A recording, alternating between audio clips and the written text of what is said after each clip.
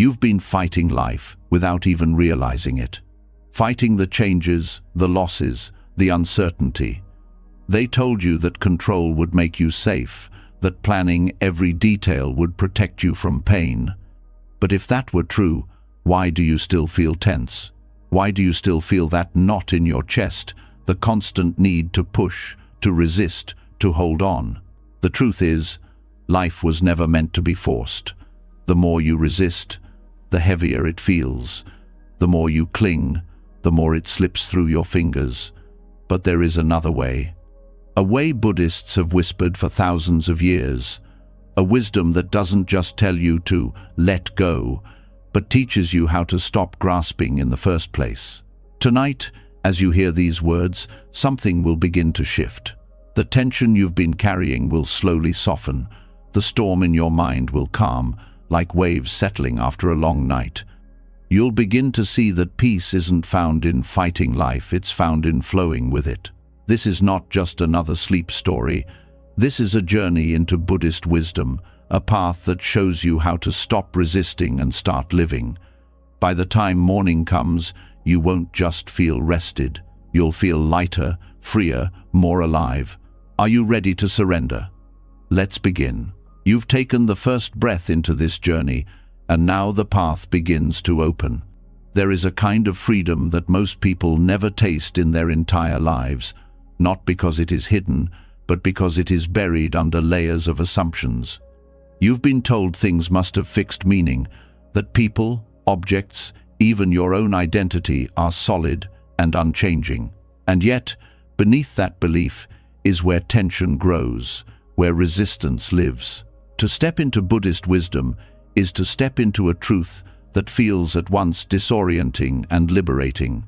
Nothing exists in the way you think it does. The mind craves stability. It wants to label, define, and hold on as if permanence could ever be real. But that very craving is the root of suffering. When you expect life to behave like stone but it flows like water, you feel betrayed, abandoned, even fearful. Emptiness, known in Buddhism as shunyata, is not a cold void, but the invitation to see through illusions. It shows you that things are not solid. They are shifting, fluid, interdependent. Your resistance to life begins to dissolve the moment you see this. What once felt like walls closing in begins to reveal itself as doors swinging open. Think about the pain of losing something you thought would last forever. A relationship, a job, your youth, even your health. What is that pain, really? It is the collision between expectation and reality. Expectation insists, this must stay the same, while reality whispers, everything changes. When you recognize that nothing has an independent, permanent existence, that collision softens. Loss becomes less of an attack and more of a movement.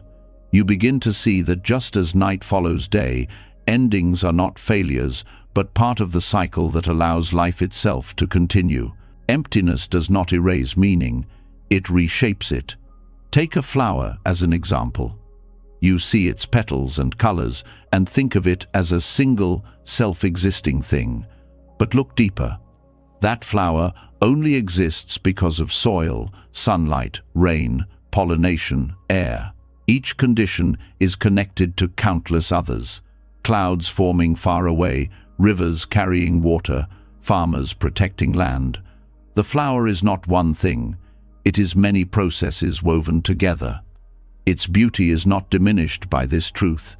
It becomes even more precious because you see how vast its story really island. The same is true of you.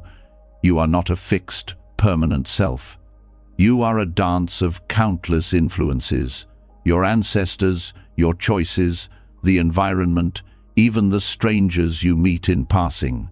To resist change is to resist the very nature of what you are. This understanding is not meant to remain intellectual. The real transformation comes when you feel it in your bones. When you stop clinging to rigid ideas of who you are, you begin to breathe differently. You stop defending an image, stop fearing its collapse. Your worth no longer rests on fragile conditions. You become lighter, like a bird finally opening its wings. Emptiness also unravels fear. Think of how much of your anxiety comes from trying to control outcomes. What people think of you, whether you succeed, how long something will last. But when you see that each moment is interdependent, you realize you were never in control in the way you thought. Control was always partial, always shared with infinite causes and conditions. This doesn't mean you become passive. It means you stop exhausting yourself by fighting battles that can never be won. Instead of tightening around life, you soften into it. Action flows naturally without resistance. In Buddhist teachings, emptiness is often described as the middle between extremes. It avoids the trap of saying, everything exists exactly as we see it, and the opposite trap of nothing exists at all. Both extremes create confusion. The middle reveals that things exist, but not independently. They exist in relation, as patterns and conditions, not as isolated absolutes. Understanding this relieves the tension of trying to hold on to what cannot be held. There is also a profound compassion hidden in this wisdom. When you see that no one has an isolated, unchanging self, blame begins to dissolve. You start to understand that people act out of conditions. They did not choose their upbringing, their wounds, their culture, their struggles. This doesn't mean harmful actions are excused, but it does mean your heart has more space for forgiveness. Resistance to others softens into understanding, and judgment turns into empathy. Suddenly, life feels less like a battlefield and more like a shared journey. Even your own mistakes take on a new light. Instead of resisting your past, clinging to regret, or defining yourself by one choice, you see those actions as part of an ever-shifting process. You are not the same person who made those mistakes, just as the river that flows past your feet is not the same water that flowed there yesterday. Each moment is an opportunity to start anew, because there is no fixed self to be chained. But here is where it becomes most powerful. Emptiness doesn't leave you with nothing. It leaves you with possibility. A fixed thing cannot change, but an interdependent thing can transform endlessly. Because you are not solid, you are free to grow. Because the world is not rigid, it is alive with potential. When you stop resisting, you stop fearing transformation. Life becomes a canvas that can be painted again and again, not a prison with locked doors. The practice of embracing emptiness begins not with grand gestures but with small moments of awareness. When you feel frustration rise because plans shift, notice what your mind is clinging to. Is it the belief that things should go a certain way? When you feel anxious about the future, ask yourself, am I resisting uncertainty, or am I open to what may come? This is how emptiness becomes not an abstract idea but a living wisdom, a daily teacher guiding you back to peace. And there is something almost tender about it. When you let go of the illusion of solidity, life feels less like a heavy block you must push and more like a current you can swim with. It carries you, supports you, surprises you. Even pain, when seen through emptiness, becomes less sharp. It still arises, but it passes through you rather than sticking, because you no longer resist its movement. You learn to meet each experience as passing weather, not as permanent sky. This is why Buddhist masters often smile so easily. It's not because life is always pleasant for them, but because they see the deeper truth. They are not resisting the rain, the wind, the storms of life. They know these too will shift, dissolve, change. Their peace is not fragile because it is not tied to what stays the same. It is rooted in the flow itself. As you let these words sink in tonight, notice how the weight begins to lift. The endless push to control, to secure, to guarantee softens. You begin to feel the relief of not having to hold on so tightly. Emptiness is not loss, it is freedom. It is the invitation to live without chains, to love without fear of endings, to walk through life with open hands instead of clenched fists. When the weight of clinging begins to soften, what follows is the question of how to live each moment without being pulled back into the old struggle. The mind still wants to interfere, to control, to push against what island. You may already sense that emptiness clears the space, but space alone is not enough. You need a way of moving within it. This is where another ancient wisdom comes to meet you, the teaching of effortless action, Wu Wei, a way of living that feels less like resistance and more like harmony. It is not about doing nothing, but about doing in such a way that effort no longer feels like friction. There is a rhythm underneath everything, and when you stop forcing, you begin to hear it. Wu Wei is often misunderstood. Some think it means laziness, avoidance, or a refusal to act. But look closely, and you will see that it points to the opposite. It is action at its purest, action that flows without inner conflict, without waste, without the endless resistance that turns life into a battlefield. Just as a river shapes valleys and nourishes fields without straining, so too can your life move with quiet strength when you stop fighting the current. The paradox is that what appears soft becomes unbreakable, and what seems yielding often outlasts what is rigid. Consider the way you often respond to obstacles. There is a tightening, a pushing, a desperate attempt to force outcomes. Plans fall apart, someone speaks against you, a door closes. Instantly, the body hardens, the mind burns with tension. This resistance may feel like strength, but in truth it drains you. Energy that could have gone into responding wisely is consumed by struggle. Wu Wei shows another way. When resistance drops, you no longer waste yourself on pushing back. You meet each moment with clarity and adapt without the weight of inner conflict.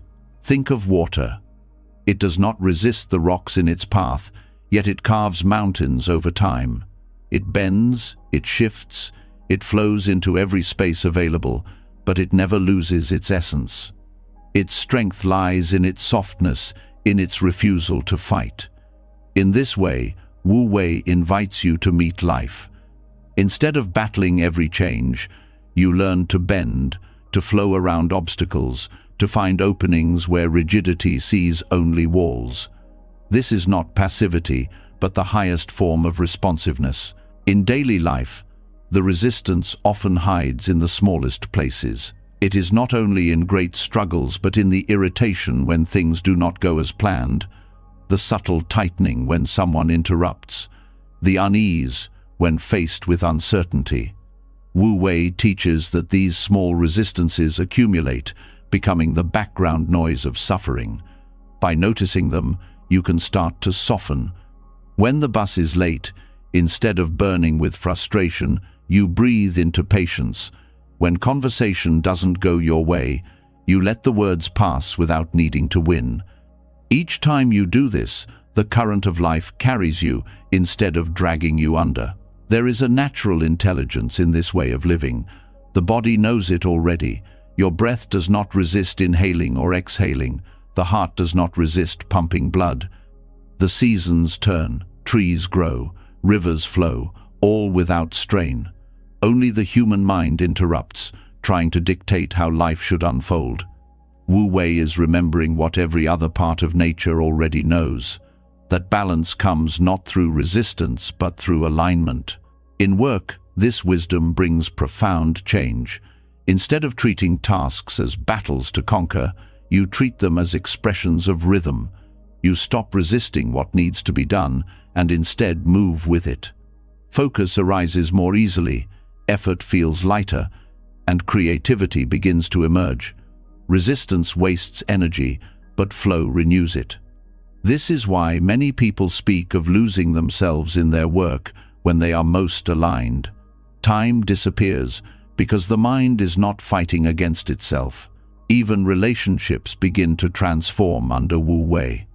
Much of the conflict between people arises from the refusal to yield, the need to be right, the insistence on control. But what if you softened that, not into weakness, but into listening. When you stop resisting another person's perspective, you begin to hear them fully. You may not agree, but you no longer waste your energy on pushing against. Harmony often arises not from victory, but from release. This is the softness that disarms anger and creates peace. Wu Wei also teaches patience. Water does not rush, yet it arrives. In a culture that glorifies urgency, you are told to fight time, to demand results now. But rushing often creates mistakes, stress, and disappointment. Effortless action means allowing things to ripen. You still act, but you do so in rhythm with time, not in defiance of it. The fruit that ripens slowly carries the sweetest flavor. So, too, in life, what grows without force endures. The practice begins with awareness. When you feel yourself straining, notice. When your body tenses, when your breath shortens, when frustration builds, these are signs of resistance. In that moment, pause. Ask yourself, is this push necessary, or am I fighting against what is? Often you will see that the struggle is not with the world, but with your own demand that it be different. Wu Wei does not mean you accept injustice or refuse to act. It means that when you act, you do so without inner turmoil, without wasted resistance. Your energy becomes precise, directed, like water, finding the lowest path and moving with ease. Even rest becomes different under this teaching. Many resist rest, believing it to be weakness, laziness, or wasted time. Yet without rest, there is no renewal. Wu Wei shows that rest is not the absence of action but part of the flow itself. The river has currents and eddies, fast streams and calm pools. Both are necessary. In your life, allowing pauses, silence, stillness, is part of moving without resistance. From rest comes clarity. From clarity comes strength. What may surprise you is that this way of life brings not only peace but power. Power not in the sense of domination, but in resilience. A rigid tree breaks in the storm, but the flexible reed bends and survives. When you stop resisting, you become less fragile. Obstacles still come, but they do not shatter you. They move around you, through you, and in time, you move past them. This is strength born of softness, resilience born of surrender. Wu Wei also dissolves the false division between effort and ease. Many believe life is either struggle or comfort, either push or collapse. But in truth, effort and ease are not enemies. They are aspects of the same flow. The river moves, yet it is never tense. The wave rises with force, yet it falls with grace. Your own actions can be like this. You can give your full energy to a task without strain, speak your truth without hostility, pursue goals without desperation. It is not what you do, but the way you do it without inner resistance.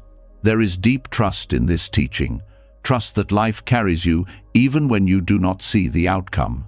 Trust that release does not mean defeat, but alignment. This trust is not blind.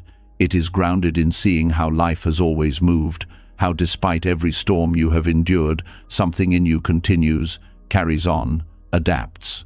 Wu Wei reminds you to rest into that trust, to let go of the need to wrestle with what already has its own rhythm. As you sit with this teaching, notice how even now the body may feel softer, the mind less tense. There is relief in realizing you do not have to fight every current. The world does not require your constant resistance. It only asks for your presence, your willingness to flow, your trust to act when the moment is right. In that release, you find something greater than control. You find freedom. When life begins to flow with less resistance, another challenge quietly reveals itself. Even when you stop fighting the current, the mind still reaches out, trying to hold on to the passing waves. There is grasping, subtle yet constant, a reaching toward what feels pleasant and a tightening against what feels uncertain. Wu Wei teaches how to move without force, But deeper freedom comes when you no longer need to clutch at every moment. This is where the art of non-grasping begins, not as a command to let go after you've already clung, but as a way of never clinging in the first place. Grasping often hides behind what seems natural. You hear a kind word and immediately wish it would never end. You experience success and crave its repetition. You meet loss and scramble to replace what has gone. Each of these movements feels instinctive, but underneath is a deeper misunderstanding. The belief that by holding tightly, you can secure happiness. Yet the tighter the grip, the faster things slip away, and the more restless you become. Non-grasping is not about indifference, but about recognizing the futility of the grasp itself. In practice, this means meeting each moment as it arises, allowing it to be complete without needing to trap it. A smile, a taste of food, a passing song, all can be fully enjoyed without reaching to freeze them in place. The beauty is found in the experience itself, not in trying to preserve it. This shift feels subtle, but it transforms the texture of life. Instead of anxiety about endings, there is appreciation in presence. The flower is no less beautiful because it fades. In fact, its impermanence deepens its value. This art requires honesty. The mind will whisper, "If I let go, I will lose everything." But in truth, what you cling to is already slipping away. No grasp has ever stopped time. Holding on only creates tension, the ache of wanting permanence where none exists. Non-grasping is freedom not from life, but from the constant inner pulling that makes life heavier than its island. There is also a great tenderness in this practice. When you stop grasping, you stop using people and things as anchors to secure your sense of self. You allow others to be who they are, without trying to make them your possession. Love becomes lighter, more generous, less suffocating. Friendship becomes a shared journey rather than a cage. Even your relationship with yourself changes. Instead of clutching at fixed identities, success, beauty, youth, knowledge, you allow yourself to shift and evolve. In meditation, this teaching becomes clear. Thoughts come, feelings arise, sensations appear. The usual habit is to hold on to some and push away others. Non-grasping means watching them appear and vanish without chasing. At first, this feels impossible. The urge to latch on is strong. But with practice, you begin to notice the natural rhythm. Everything that arises already carries the seed of its departure. When you see this deeply, grasping loses its power. You no longer need to release, because you never closed your fist around the experience in the first place. In daily life, non-grasping can be practiced in the simplest ways. When eating, taste fully without craving another bite before finishing the one in your mouth. When listening, be present without planning how to hold the moment. When success comes, acknowledge it without needing it to define your future. These small gestures train the mind to rest in openness rather than contraction. Over time, they build into a habit of freedom. The consequences are profound. Anxiety loosens because much of anxiety is built on clutching at future outcomes. Jealousy weakens because jealousy is born from trying to hold what belongs to another. Anger softens because anger often hides the pain of losing control. Even grief, though still tender, becomes less suffocating when you stop grasping at the impossible hope of keeping what has already changed. Non-grasping does not erase emotion, but it changes your relationship with it. There is also wisdom here about desire. Desire itself is not the problem. It is the grasping that poisons it. A desire for learning, for love, for beauty, these are natural expressions of being alive. But when desire hardens into grasping, it turns sharp. Non-grasping allows you to enjoy desire as movement, as inspiration, without needing it to trap the world into your design. You walk toward your goals, but you do not cling to the outcome. This balance brings both joy and peace. joy in striving, peace in release. Non-grasping also reshapes your relationship with time. Much of human suffering comes from clinging to past identities or craving future certainty. The mind grasps at memory, trying to preserve what is already gone. It grasps at expectation, trying to secure what has not yet arrived. In both directions, it misses the only place where life is actually lived, here. When you stop grasping, you return to presence, not as an idea, but as a lived reality. The moment expands, and you find richness where before there was only restlessness. The teaching also reveals something subtle about joy. Many believe joy is in accumulation, in collecting moments, possessions, accomplishments. But joy found through grasping is fragile, always shadowed by fear of loss. Non-grasping opens another kind of joy, one that comes not from holding, but from appreciating. This joy is steady because it is not tied to ownership. It is found in seeing, in being, in touching life lightly. To practice this, it helps to notice the body. Grasping often shows itself in the shoulders, the jaw, the hands. When you catch yourself tightening, breathe. Let the grip soften physically, and the mind often follows. Awareness of the body becomes a tool for training awareness of the mind. Each time you relax the hold, you reinforce the habit of release before clinging hardens. What makes this teaching challenging is that grasping feels safe. To let go before holding feels risky, as if life will slip away entirely. But what you discover is that life is more generous than that. By not clinging, you actually experience more. Just as holding water tightly makes it spill from your hand, but cupping it lightly allows you to drink, so too with life. The lighter the touch, the deeper the nourishment. This is not about detachment in the sense of cold distance. Non-grasping is full engagement without imprisonment. You laugh more freely because you are not trying to make joy permanent. You love more deeply because you are not trying to own the person. You learn more openly because you are not trying to prove identity. It is not withdrawal from life, but intimacy with life, unburdened by chains. Even in hardship, this practice offers relief. When pain comes, the instinct is to grasp at its opposite, to demand it end, to clutch at escape. But when you stop grasping, you allow the pain to move. It may still hurt, but it no longer suffocates. You learn that pain, like joy, is part of the flow. By not grasping, you allow it to pass through without leaving scars of resistance. Over time, this art changes how you see everything. You begin to notice the constant reaching of the mind, and each time you soften, you taste freedom. Life becomes less about control and more about openness. Where once there was constant tension, there is now space. Where once there was fear of loss, there is now appreciation of presence. The world does not need to be grasped because it is already here, already complete, already flowing.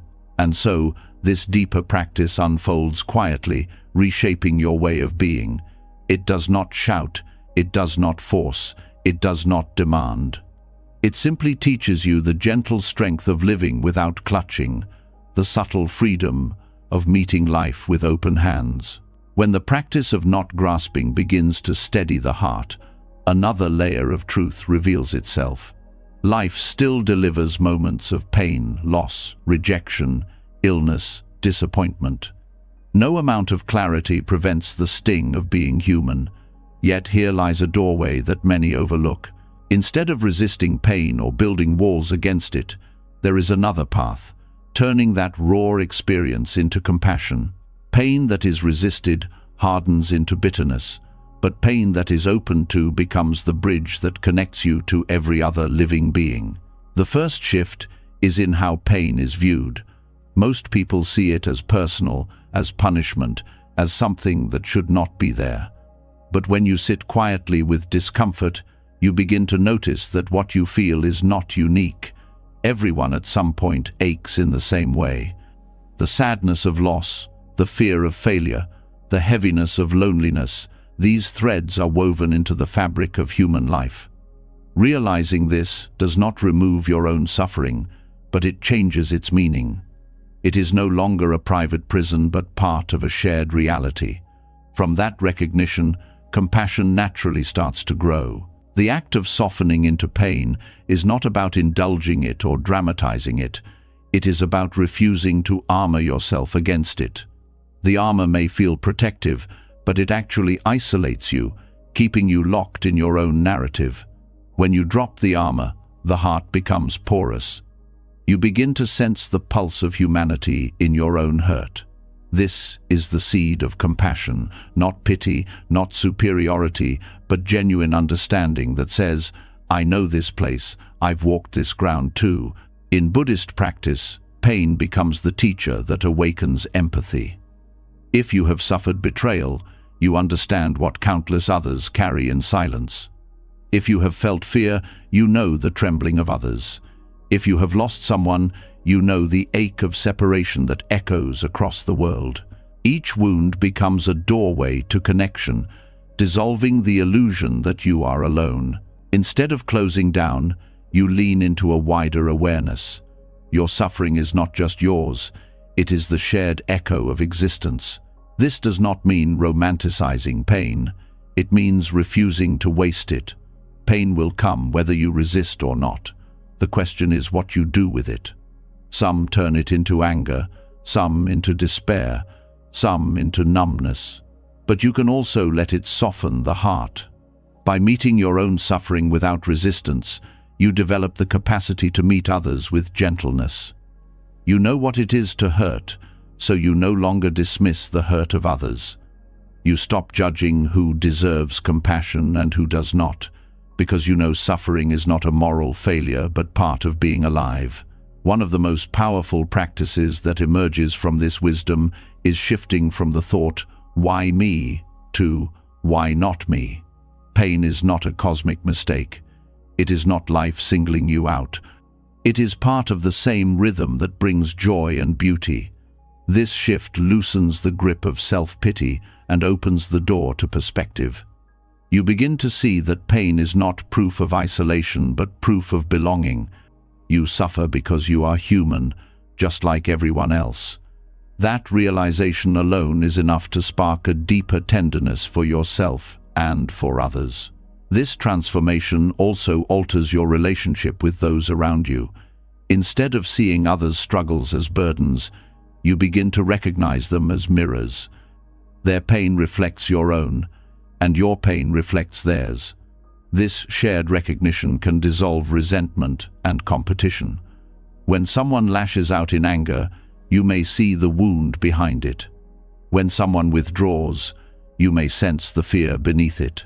Compassion grows because you know firsthand how fragile the human heart can be. To cultivate this, practices like Tonglen in Tibetan Buddhism offer profound tools. You breathe in the suffering yours and others, and breathe out relief, kindness, and love. At first, this feels overwhelming, but with time it shifts the way the mind holds pain. Instead of shrinking from it, you open to it. You begin to sense that you can carry suffering in a way that transforms it. You no longer fear being consumed, because the act of compassion itself becomes healing.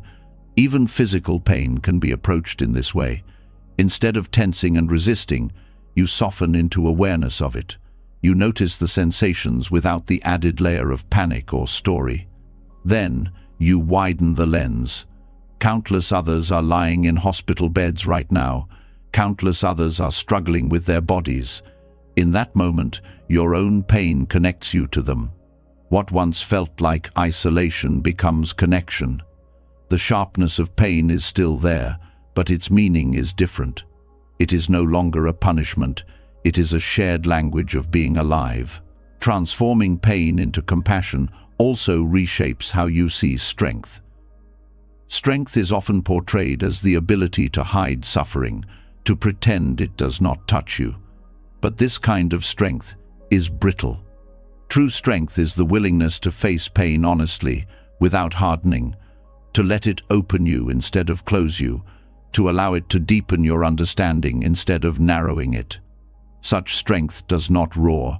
It radiates quietly, like a steady flame that lights the way for others in darkness. This transformation is also a form of freedom. When you resist pain, you live in fear of it. Every difficulty becomes a threat, every change a danger. But when you meet pain as a teacher, the fear lessens. You stop running, stop hiding, stop clinging to the illusion of a painless life.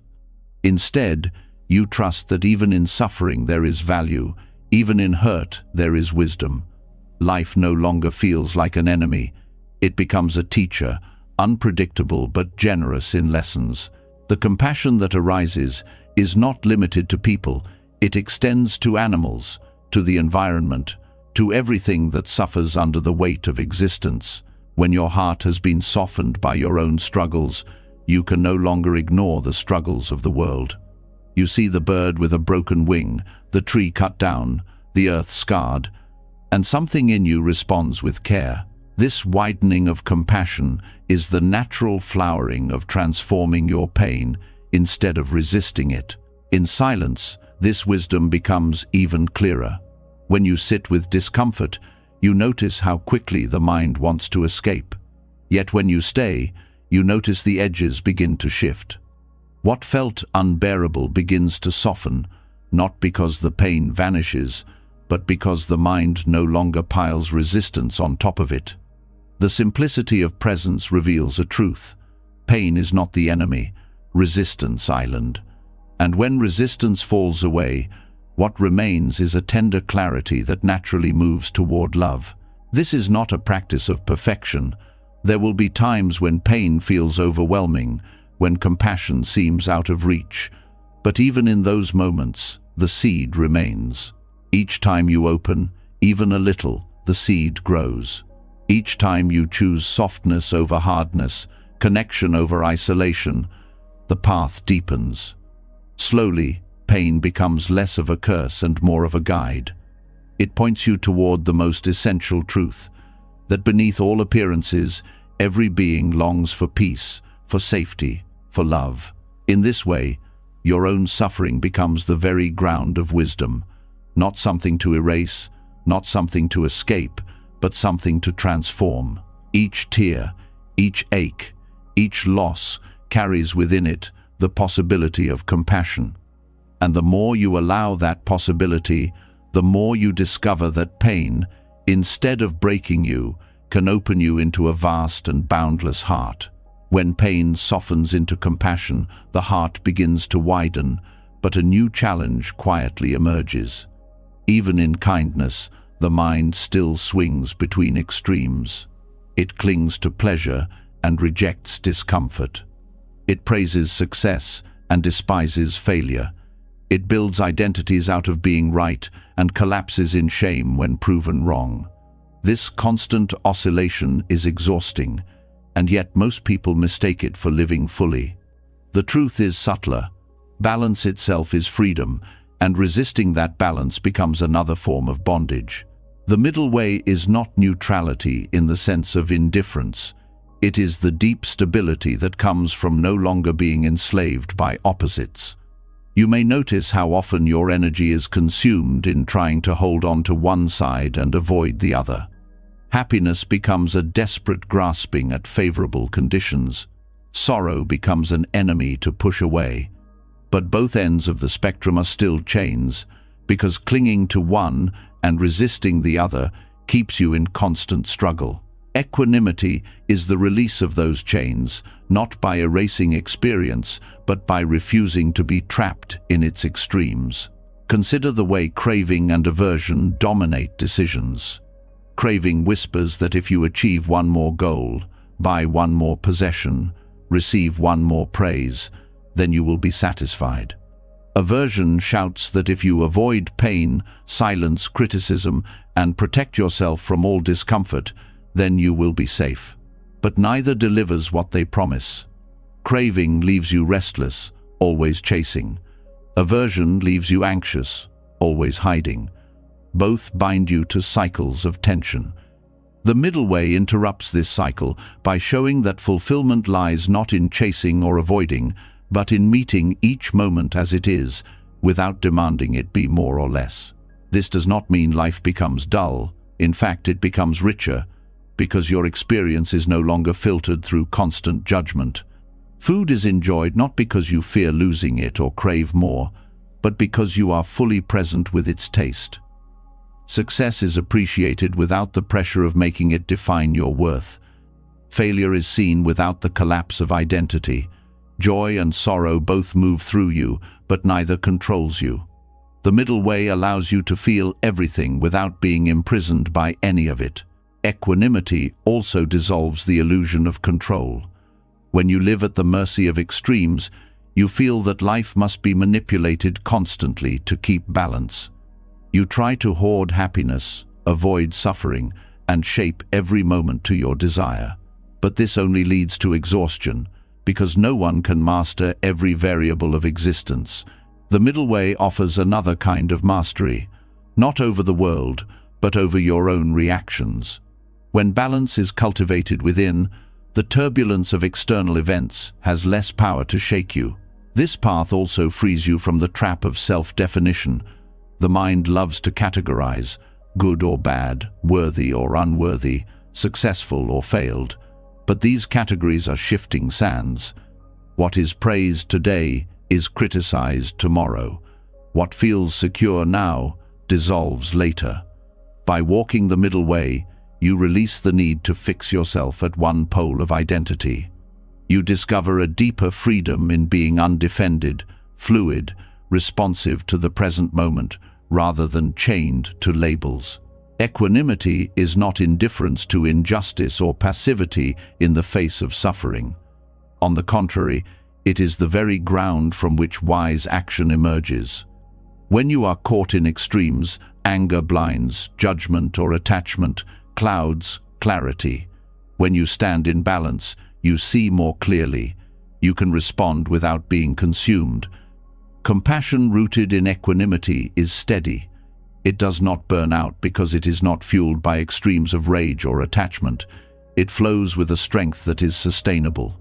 Daily life offers endless opportunities to practice this. When someone criticizes you, notice the urge to collapse in shame or retaliate in anger. The middle way is neither submission nor aggression, but the calm clarity of hearing without being shattered. When success comes, notice the urge to inflate, to cling, to make it proof of your worth. The middle way is appreciation without intoxication. When loss arrives, notice the urge to despair. The middle way is grieving without drowning, allowing the waves to pass without dragging you under. One of the deepest insights of this teaching is that extremes are seductive because they offer the illusion of certainty. Clinging to pleasure feels certain, hating pain feels certain. But life itself is never certain, and so extremes always collapse eventually. The middle way is the courage to live in that uncertainty without collapsing into craving or aversion. It is the steadiness of a mountain that remains rooted even as storms pass across its surface. The practice begins by observing your own swings. Notice how quickly joy turns into the fear of losing it. Notice how pain turns into resentment of its presence. Each observation is a chance to step back and rest in balance. At first, this balance feels fragile, but with practice it strengthens. Equanimity is like a muscle. Each time you return to center, you build capacity. Over time, the pull of extremes weakens, and your center of gravity becomes steady. This teaching also reveals the hidden suffering in even positive extremes. People often cling to happiness without realizing that the clinging itself is the seed of sorrow. When you are desperate for joy to remain, you cannot fully enjoy it. You are haunted by its impermanence. But when equanimity is present, joy can be tasted fully because you are not attached to its duration. It is free to come and go, and you are free with it. Equanimity also enriches love. Without balance, love can turn into attachment or control, demanding constant reassurance, or fearing abandonment. With equanimity, love becomes freer, less about possession and more about presence. You can care deeply without collapsing when circumstances change. You can give without expectation and receive without clinging. This balance makes love not weaker but stronger because it is not chained to fear. Even the pursuit of spiritual growth can fall into extremes. Some chase bliss states, clinging to experiences of calm or ecstasy. Others fall into despair when the mind is restless or distracted. The middle way cuts through both. Meditation is not about clinging to pleasant states or resisting unpleasant ones.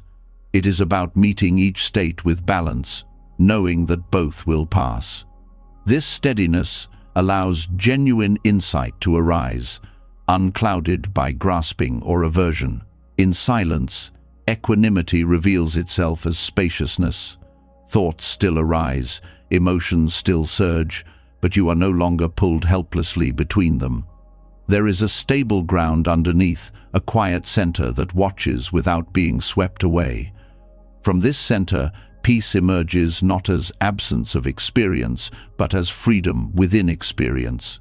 This is the heart of the middle way, to walk steadily between extremes, not by avoiding them, but by no longer being controlled by them.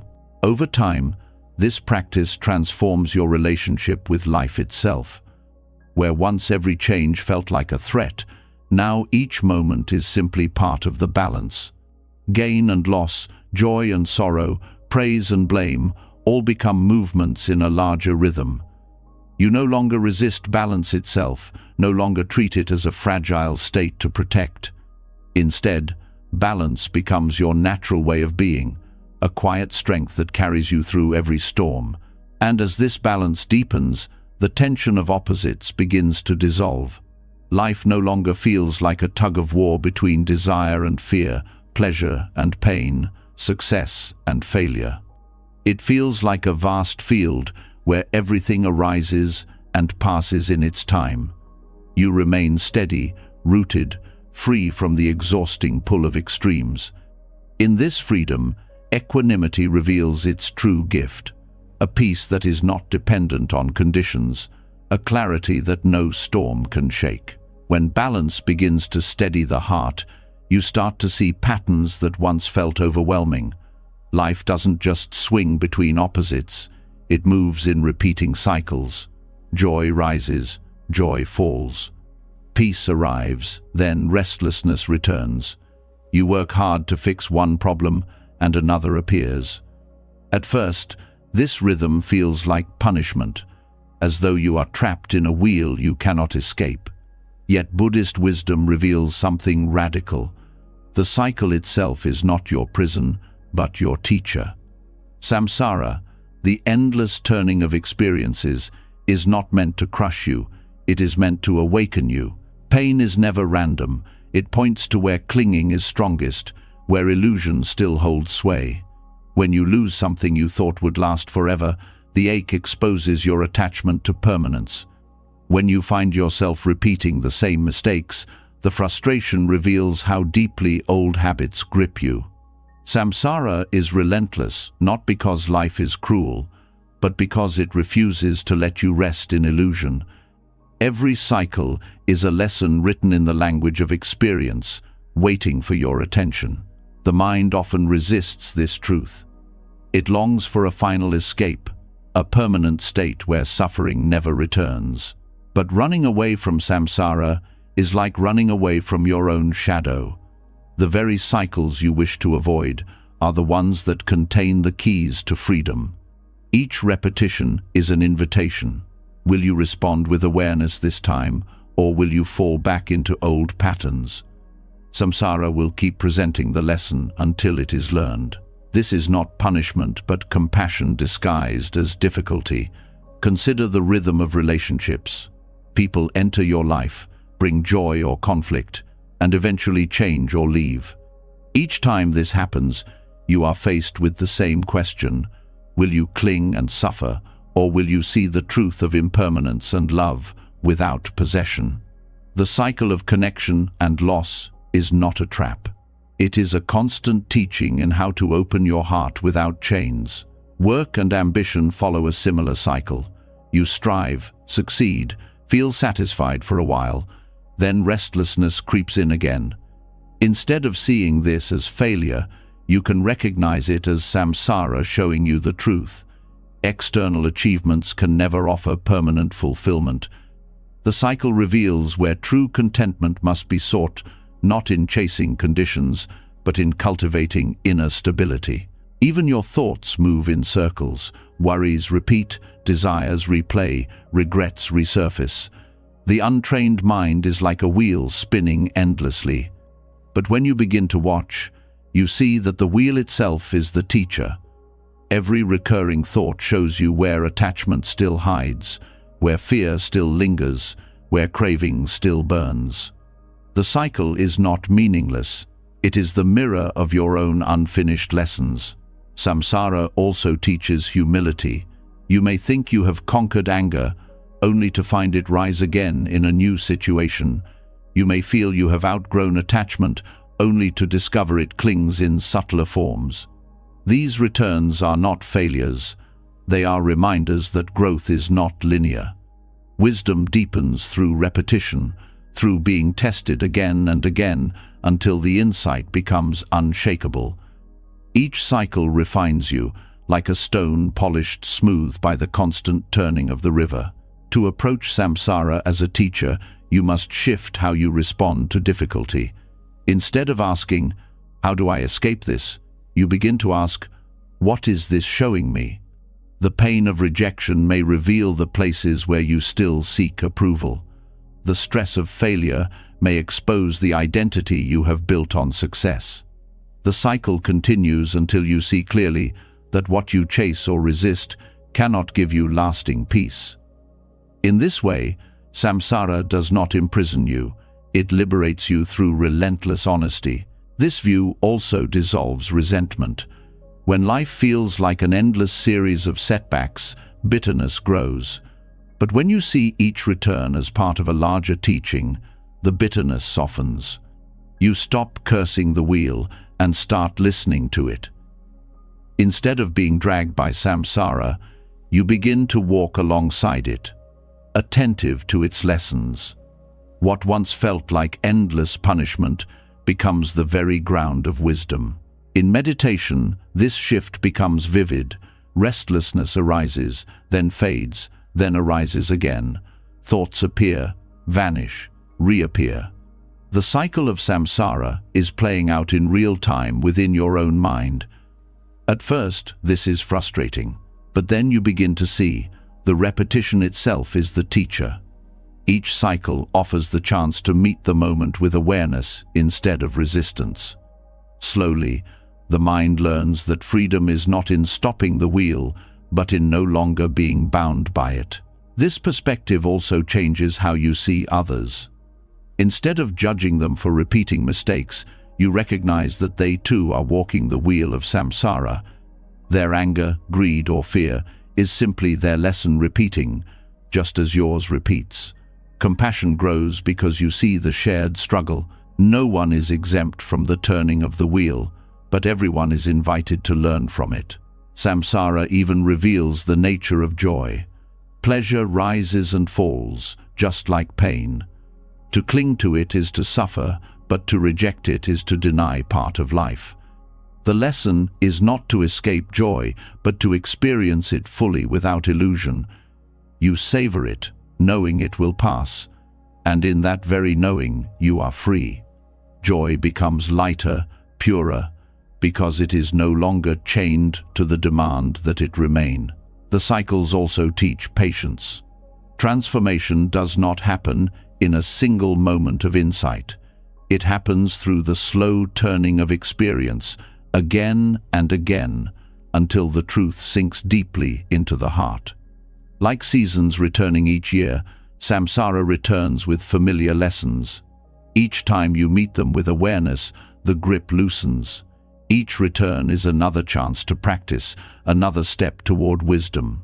Perhaps the greatest lesson samsara offers is that liberation is not found by running away, but by turning inward. The cycles will not stop. What changes is your relationship with them. When you stop resisting, stop longing for escape, you begin to see that samsara and nirvana are not two separate worlds, but two ways of seeing the same world. One sees cycles as prisons, the other sees them as teachers. The difference is awareness. This is why Buddhist masters sometimes smile at difficulties. They know that each return is not a curse, but a chance to grow. They see the wisdom hidden in the repetition. They do not waste energy wishing for a life without cycles, because they understand that cycles are the very mechanism of awakening. What once felt like a trap is revealed as a path. As this perspective deepens, life feels less like a battle and more like a classroom. Every joy and sorrow, every rise and fall, every gain and loss becomes a lesson. The wheel keeps turning, but you are no longer crushed beneath it. You are learning, evolving, awakening. Samsara is still there, but it has changed its role. No longer the jailer, it has become the teacher, patient and relentless, guiding you toward freedom. When the wheel of samsara is no longer feared as a prison, but welcomed as a teacher, something even subtler begins to appear. The very cycles that once caused despair point to a truth that underlies everything. Nothing stays the same. What arises will pass, what is born will fade, what begins will end. For most, this truth feels unbearable, a reminder of loss and fragility. Yet seen clearly, impermanence is not a threat, but a companion. It is the force that keeps life vivid, tender, and precious. To be awake is to see change not as the enemy, but as the gentle friend that makes every moment matter. Impermanence is present in everything you touch, from the fleeting taste of food to the shifting seasons outside your window. You cannot hold a moment still, no matter how tightly you grasp, and this is not a defect of life, but its essence. Without impermanence, growth would be impossible. Without endings, there would be no beginnings. Every joy you have known was born of change. Every lesson you have learned carved from the passing of one stage into another. To fear impermanence is to fear the very source of renewal. Yet fear arises because the mind equates change with loss. You want the beautiful to last forever, and you recoil when it slips away. But if beauty never faded, it would lose its intensity.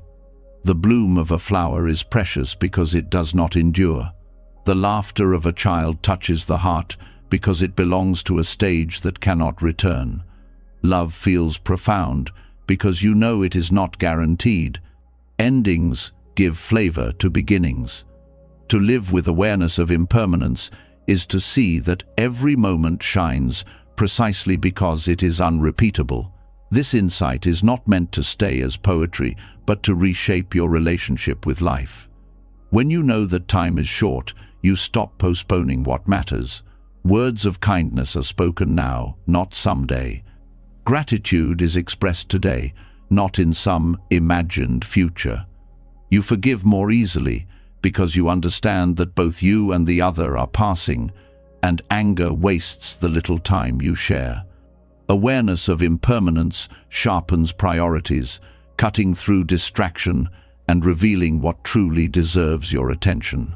Even suffering changes under this view. Pain may feel endless when you are in the midst of it, but impermanence ensures it will shift. The intensity will fade, the edges will soften, the context will evolve. This knowledge brings resilience. You endure not by denial, but by trusting the truth of change. Just as joy passes, so does sorrow. No state, however heavy, is final. Impermanence is the promise that nothing will bind you forever. The practice of remembering impermanence can be woven into ordinary life. When drinking a cup of tea, notice its warmth, knowing it will cool. When speaking with a loved one, feel the conversation as unique, knowing it cannot be repeated in exactly the same way. When walking outside, recognize the sky, the air, the season as a moment that will never return. Instead of breeding sadness, this awareness deepens presence. You stop sleepwalking through experience and begin to taste life fully. Impermanence also teaches humility. Much of human suffering comes from the illusion of control, the belief that you can secure permanence through effort, wealth, or power.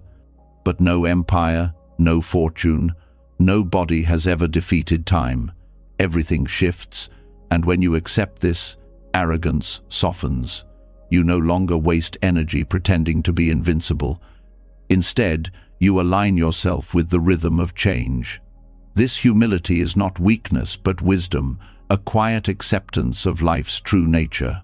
In relationships, impermanence transforms how you love. Instead of clinging, you cherish. Instead of fearing loss, you honor the time you have. Knowing that people change, you stop demanding they remain fixed for your comfort. You allow them to grow, to evolve, even to leave, without turning love into possession. This freedom makes love deeper because it is rooted not in denial of change, but in full awareness of it. Every embrace, every conversation, every glance becomes sacred because it will not come again in the same way. Awareness of impermanence also dissolves the illusion of boredom. When you look closely, no two moments are identical. The breath you take now is not the breath you took a moment ago. The sound in the room is not the same as yesterday. Even the thoughts passing through your mind are constantly shifting. Boredom arises only when you fail to notice the endless novelty of change. Impermanence reveals the world as ever-renewing, a stream of freshness waiting to be seen. Meditation deepens this realization.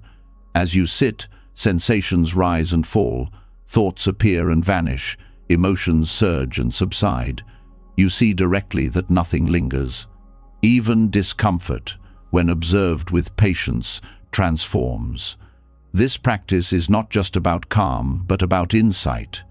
By watching impermanence unfold moment by moment, you train yourself to stop clinging to what cannot be held. Slowly, fear of endings gives way to trust in the flow. Impermanence also reveals the equality of all beings. Everyone you meet is subject to the same law. The wealthy and the poor, the strong and the weak, the young and the old, all are carried by time. This recognition softens pride and envy alike. You stop measuring worth by temporary conditions and begin to see the shared vulnerability that unites everyone. Compassion arises naturally because you know that beneath all appearances, each life is fragile, each breath uncertain. Even death, the greatest reminder of impermanence, changes its meaning under this light. Instead of seeing it as an intrusion, you see it as the final expression of the same truth that has shaped every moment. Death is not separate from life, but woven into it. Every ending makes room for a beginning. Every departure nourishes what comes after. When you live with this awareness, fear loosens. You do not need to deny mortality or hide from it. Instead, you let it sharpen your appreciation of being alive. The gifts of impermanence extend beyond the personal. Entire cultures, landscapes, and civilizations rise and fall. When you see this, you stop clinging to the illusion that history can be frozen. You respect the fleeting beauty of each era without demanding it last forever. This perspective breeds adaptability. You are less shaken by societal change because you know it is part of the same rhythm that governs every level of existence. There is also freedom in creativity. Art, music, and stories are beautiful precisely because they capture fleeting expressions. A song ends, a painting fades, a performance dissolves into memory. If they were permanent, they would lose their poignancy. Impermanence is not an obstacle to beauty, it is its source. When you create with this awareness, you stop fearing the transience of your work. You offer it fully, knowing its impermanence is what makes it alive. Practicing with impermanence does not mean becoming detached from life. It means entering more deeply into it. Instead of standing back in fear of endings, you step forward with openness. You allow yourself to feel, to risk, to love, because you no longer demand guarantees. Endings do not diminish the worth of beginnings, they give them meaning. To embrace impermanence is to embrace life without conditions. This wisdom also transforms ambition. Many chase achievements believing they will last forever, but every accomplishment, no matter how grand, will fade in memory. Knowing this does not make effort meaningless, it makes it purer. You act not to carve permanence, but to contribute, to express, to serve in the moment.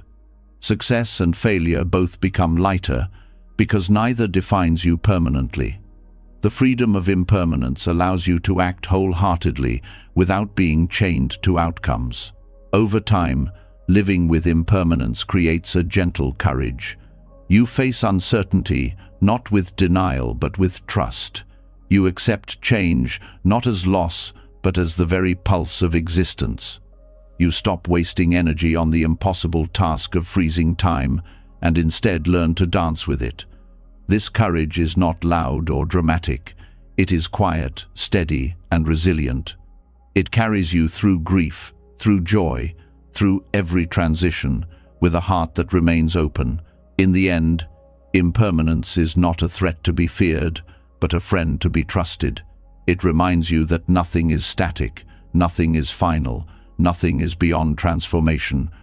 By walking with this friend, you awaken to the truth that every moment is alive, radiant, and unrepeatable.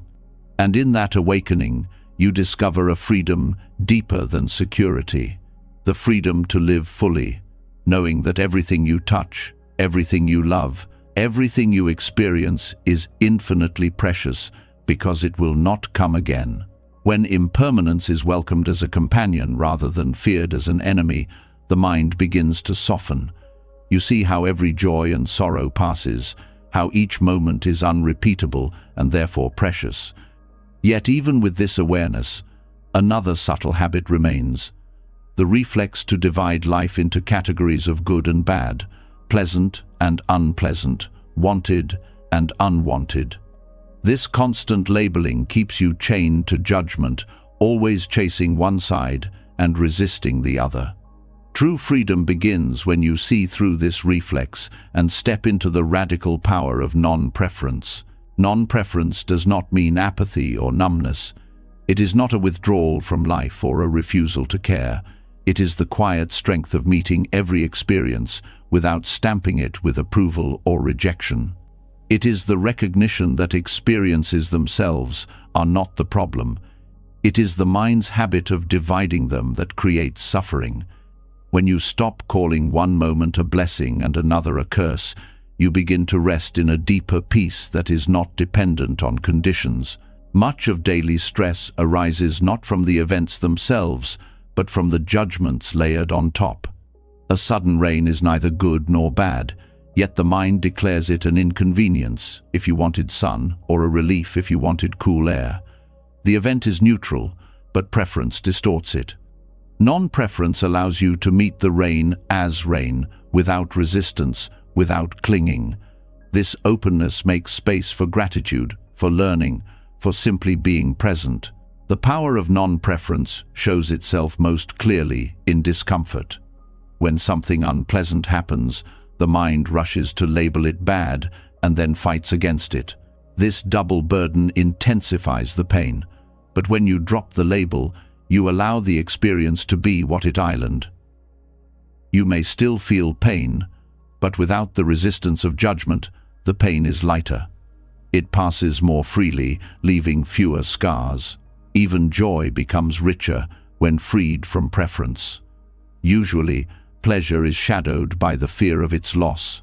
You cling tightly because you have judged it good and do not want it to end. Yet in clinging, you miss the very joy you want to preserve. Non-preference lets you enjoy fully without attachment. The experience can arise, unfold, and fade without chains. This kind of joy is purer because it is not entangled with fear. The habit of preference runs deep, often unnoticed. It colors how you see people, events, even yourself. You praise qualities you like and condemn those you dislike. You measure yourself by successes labeled good and failures labeled bad. But this measuring creates a fragile identity, always swinging with circumstances.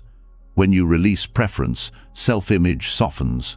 You are no longer defined by shifting judgments, but grounded in something steadier, the simple presence of being. Non-preference also brings freedom in relationships. Much conflict arises from demanding that others conform to your preferences. You label certain behaviors as acceptable and others as intolerable, then struggle when people do not match your expectations. By loosening this grip, you begin to meet others as they are, without constant judgment. This does not mean tolerating harm, but it does mean dropping the unnecessary battles created by preference. Relationships become lighter, more spacious, more compassionate. In practice, non-preference is cultivated through awareness. Each time you catch the mind labeling, "This is good, this is bad," pause. Notice the habit. Ask yourself if the judgment adds anything to the raw experience, or if it only creates tension. Gradually, you learn to let the moment stand on its own, unburdened by your commentary. This does not numb you, it sharpens your presence. You see more clearly when you are not clouded by constant evaluation. This wisdom has roots in deep compassion. When you stop labeling experiences, you also stop labeling people as worthy or unworthy, lovable or unlovable. You see them not through the filter of preference, but through the truth of their humanity. Everyone becomes easier to approach, easier to understand, because you are not dividing the world into camps of approval and rejection. Compassion expands naturally when the walls of preference fall away. Even your relationship with time changes. The mind labels certain moments as valuable and others as wasted, but every moment is simply part of the unfolding. Waiting in line, sitting in silence, feeling bored, these are often condemned as bad, yet in non-preference, they are as full as any other moment. Life ceases to be divided into highlights and throwaways. It becomes continuous, whole, sacred in its entirety. Non-preference also heals the restless pursuit of perfection.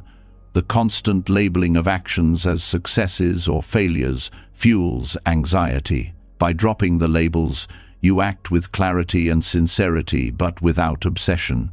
You do your best, and the outcome is simply what it island. This frees you from the endless cycle of self-congratulation and self-condemnation. You begin to trust the process rather than chasing or fearing results. Meditation offers a direct way to taste this. As thoughts arise, the mind immediately labels some as useful and others as distractions. But when you observe without preference, every thought becomes part of the practice. Even restlessness becomes the object of awareness, neither good nor bad, simply present. This dissolves frustration and deepens patience. The mind no longer battles itself, it rests in openness. The radical nature of non-preference lies in its ability to dismantle duality. Most of life is lived in the tension of opposites, success and failure, pleasure and pain, praise and blame. By dropping preference, you no longer live as a prisoner of these pairs. You see that life is not a ledger of gains and losses, but a flow of experiences. Some are pleasant, some are difficult, but none need to define you.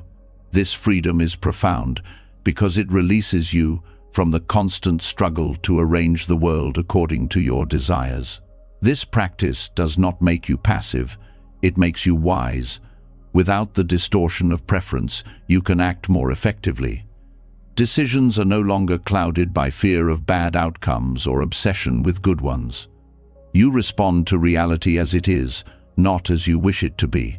This clarity strengthens action because it is grounded in truth rather than judgment. Over time, non-preference transforms even how you experience yourself. You stop dividing your inner world into acceptable and unacceptable parts. Thoughts, emotions, memories, all are allowed to arise without being pushed away or clung to. This inner acceptance breeds peace. You no longer waste energy fighting yourself. Instead, you live in harmony with your own mind, free from the constant battle of preference. What begins as a subtle shift in perception becomes a profound liberation. Life no longer feels like a constant evaluation. You are no longer trapped in the exhausting game of chasing what is good and fleeing what is bad. Instead, you rest in a deeper openness where every moment is welcomed without condition. This is the radical power of non-preference, freedom that cannot be taken away, because it does not depend on circumstances, but on the simple choice to let life be as it island. When the mind begins to loosen its grip on constant labeling, when the habit of dividing everything into good and bad starts to dissolve, a new kind of stillness appears. Life no longer feels like a constant trial to be judged, and in that space, something quieter becomes noticeable: the breath. It has always been there, steady and faithful, yet often ignored. Beneath every thought, beneath every emotion, the rhythm of inhale and exhale carries on without demand. And within this rhythm lies one of the most profound teachings: surrender. Breathing shows you what it means to receive without clinging and release without resistance. Each inhale is a gift, given freely by life itself, and each exhale is a letting go, effortless and natural. You cannot hold a breath forever, no matter how much you try. If you resist exhaling, the body trembles and suffering begins. If you refuse to inhale, the same truth appears. Breathing is the simplest mirror of the law you resist in daily life. To live is to accept and to let go. This truth is often overlooked because breathing seems too ordinary, too simple. Yet its simplicity is its power. Within it lies a complete teaching on how to live without resistance. The inhale shows the openness required to receive, to welcome life, sensations, experiences, without blocking them. The exhale shows the wisdom of release, to let what has entered flow back out without clinging. Together, they reveal balance, the dance of taking in and giving back, the rhythm of surrender. When you sit quietly and pay attention to breathing, you notice that it is always changing. Sometimes shallow, sometimes deep, sometimes smooth, sometimes rough. Yet whatever its form, it continues. It teaches you that surrender does not mean perfection, it means allowing. The breath does not resist its own unevenness, it simply adjusts, adapts, continues. This is the essence of surrender, to let life move through you without hardening against it. Breathing also teaches humility. You do not control the air you receive. It is offered by the world around you. Trees, plants, oceans, all participate in giving you each inhale. Every breath is proof of interconnection. You are not separate, not self-sufficient, but woven into a larger rhythm. To recognize this is to drop the illusion of absolute control and rest in the truth of dependence. Surrender begins when pride gives way to gratitude. In daily life, this teaching is profound. When challenges arise, the instinct is to tighten, to resist, to block what feels overwhelming. But when you return to the breath, you are reminded of another way. You inhale, allowing even the difficulty to be present. You exhale, releasing the tension that clings to it. The problem may remain, but your relationship with it shifts. Instead of fighting, you flow with it, just as the breath flows regardless of circumstance. Surrender does not mean giving up, it means giving over. It is the trust that life knows how to move if you stop interfering. The breath is proof of this trust. Without your constant control, it continues. Without your demand, it sustains you. Each cycle shows you that release is not death but renewal, that letting go does not mean loss but the space for the next gift to arrive. When you see this, surrender no longer feels like weakness but like alignment with the deepest truth of existence. Meditation deepens this realization. As you sit with the breath, thoughts will arise, emotions will pull, distractions will come. The usual response is to chase or resist them. But when you anchor in breathing, you learn to let them pass. Just as you inhale and exhale without clinging, you let thoughts enter and leave. The breath trains the mind in surrender, teaching not through philosophy but through direct experience. Over time, the mind softens, and surrender becomes not an effort, but a way of being. This teaching reaches even further. Breathing shows that surrender is not only personal but universal. Every inhale is part of a cycle larger than new air, circulating through forests, winds crossing oceans, the planet's atmosphere moving in rhythms far beyond your control. Each exhale returns to that cycle, contributing to it.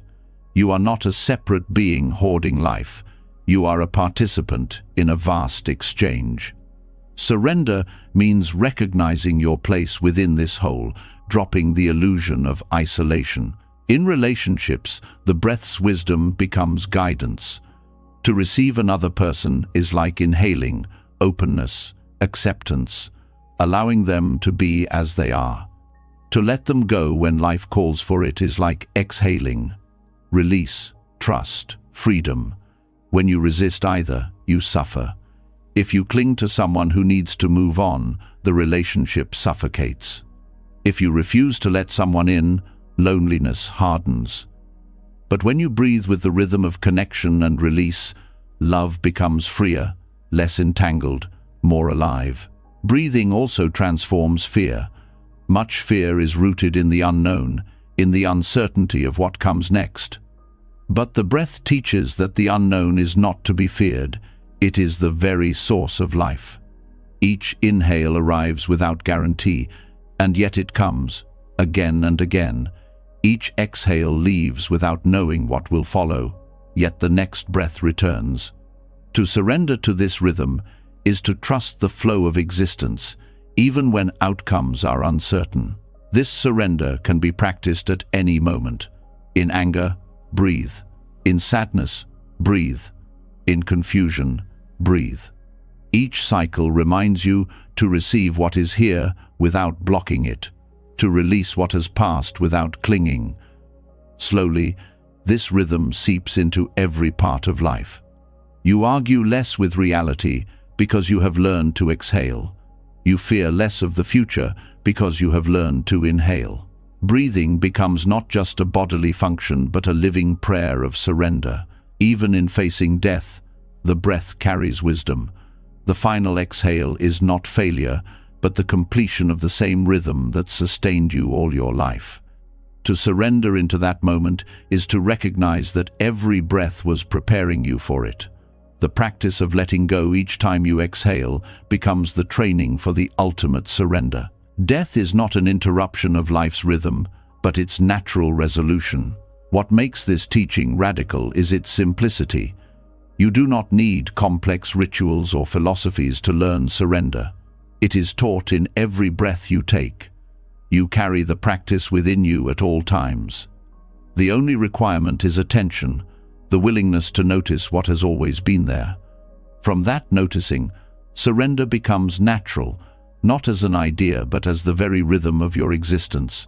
Over time, the breath teaches you that surrender is not something you achieve once and for all.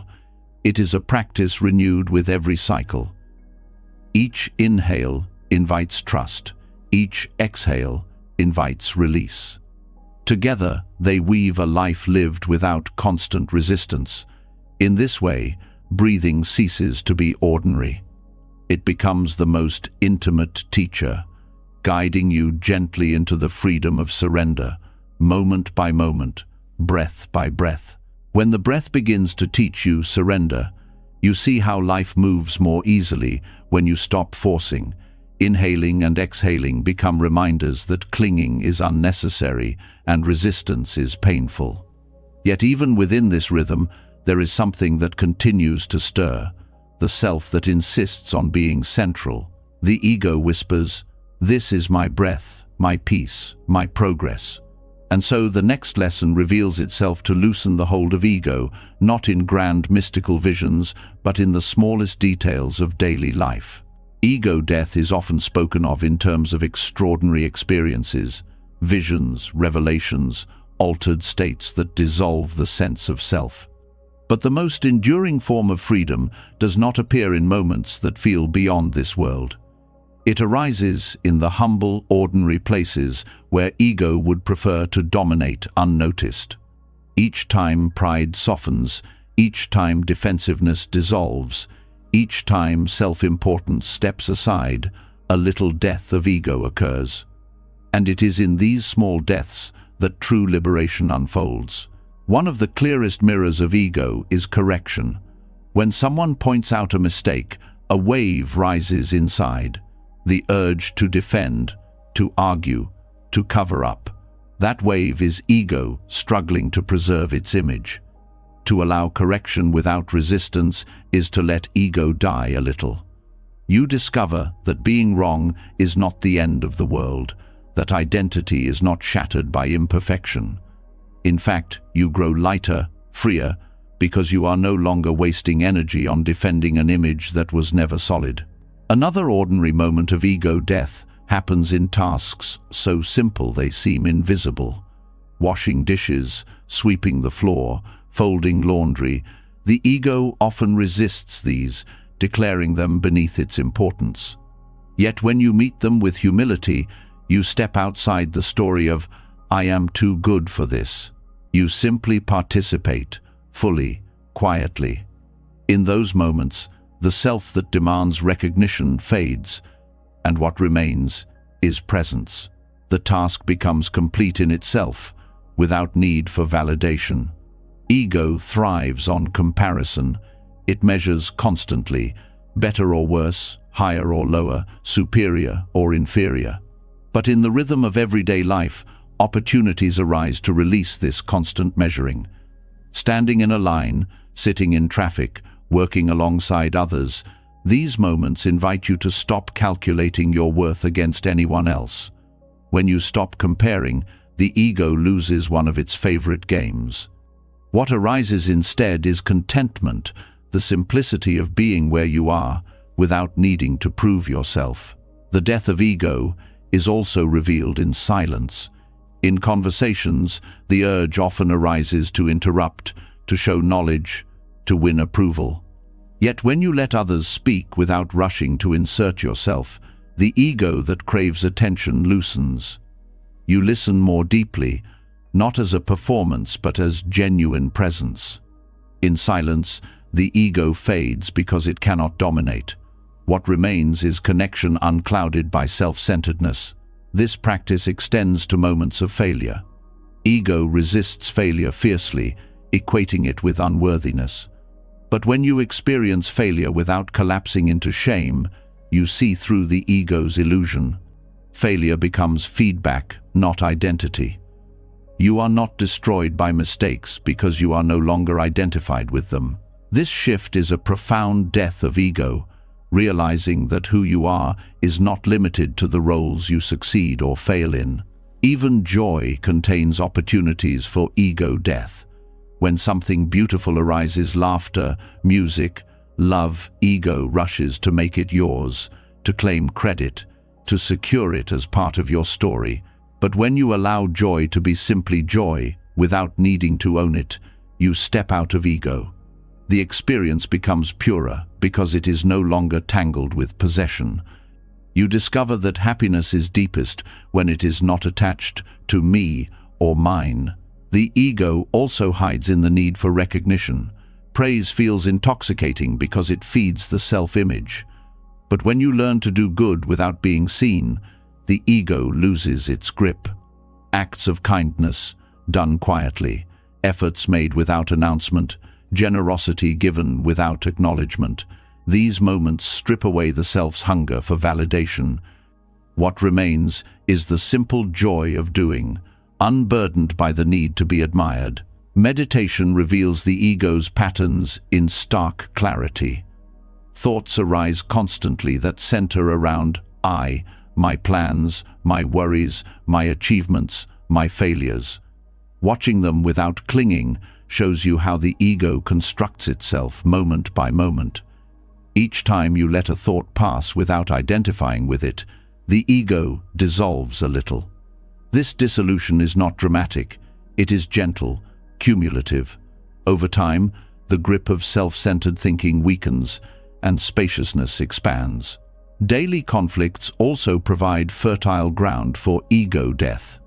Arguments often escalate not because of the content, but because ego cannot bear to lose. To step back, to let go of the need to be right, is to let ego die. This does not mean silencing yourself when truth is important, but it means dropping the insistence on winning. Peace becomes more valuable than victory. Each time you choose peace over pride, the ego shrinks. Even gratitude undermines the ego. Ego thrives on the story that you alone are the source of your success. Gratitude reminds you that countless conditions support your life: the work of others, the gifts of nature, the kindness of strangers. Acknowledging this dissolves the illusion of independence. Ego resists gratitude because it threatens its claim to supremacy. But the more you practice it, the less space ego has to dominate. Ego death in daily life is not about annihilating the self, but about loosening its tyranny. The self still functions, still makes choices, still acts, but it no longer demands to be the center of the universe. Humility replaces arrogance, openness replaces defensiveness, service replaces self-importance. These small deaths accumulate into a freedom far greater than any mystical vision. The beauty of this practice is that opportunities arise constantly. Each correction, each chore, each conversation, each setback is an invitation to step out of ego's grip. You do not need extraordinary conditions to experience liberation. You need only attention, the willingness to notice where ego clings, and the courage to let it loosen. Over time, this way of living reshapes your entire sense of identity. You stop being bound by the fragile story of who you think you are. You stop exhausting yourself defending an image that cannot last. Instead, you live more lightly, more freely, more authentically. Ego death in everyday moments does not erase you. It liberates you from the burden of constant self-concern. And in that liberation, life becomes clearer, softer, and infinitely more spacious. When the ego begins to loosen its grip in the small details of daily life, a new kind of clarity arises. You notice that the very things you once wished would disappear, the interruptions, the challenges, the setbacks, are still present. Life continues to place obstacles in your path, but with a softer ego, you begin to see them differently.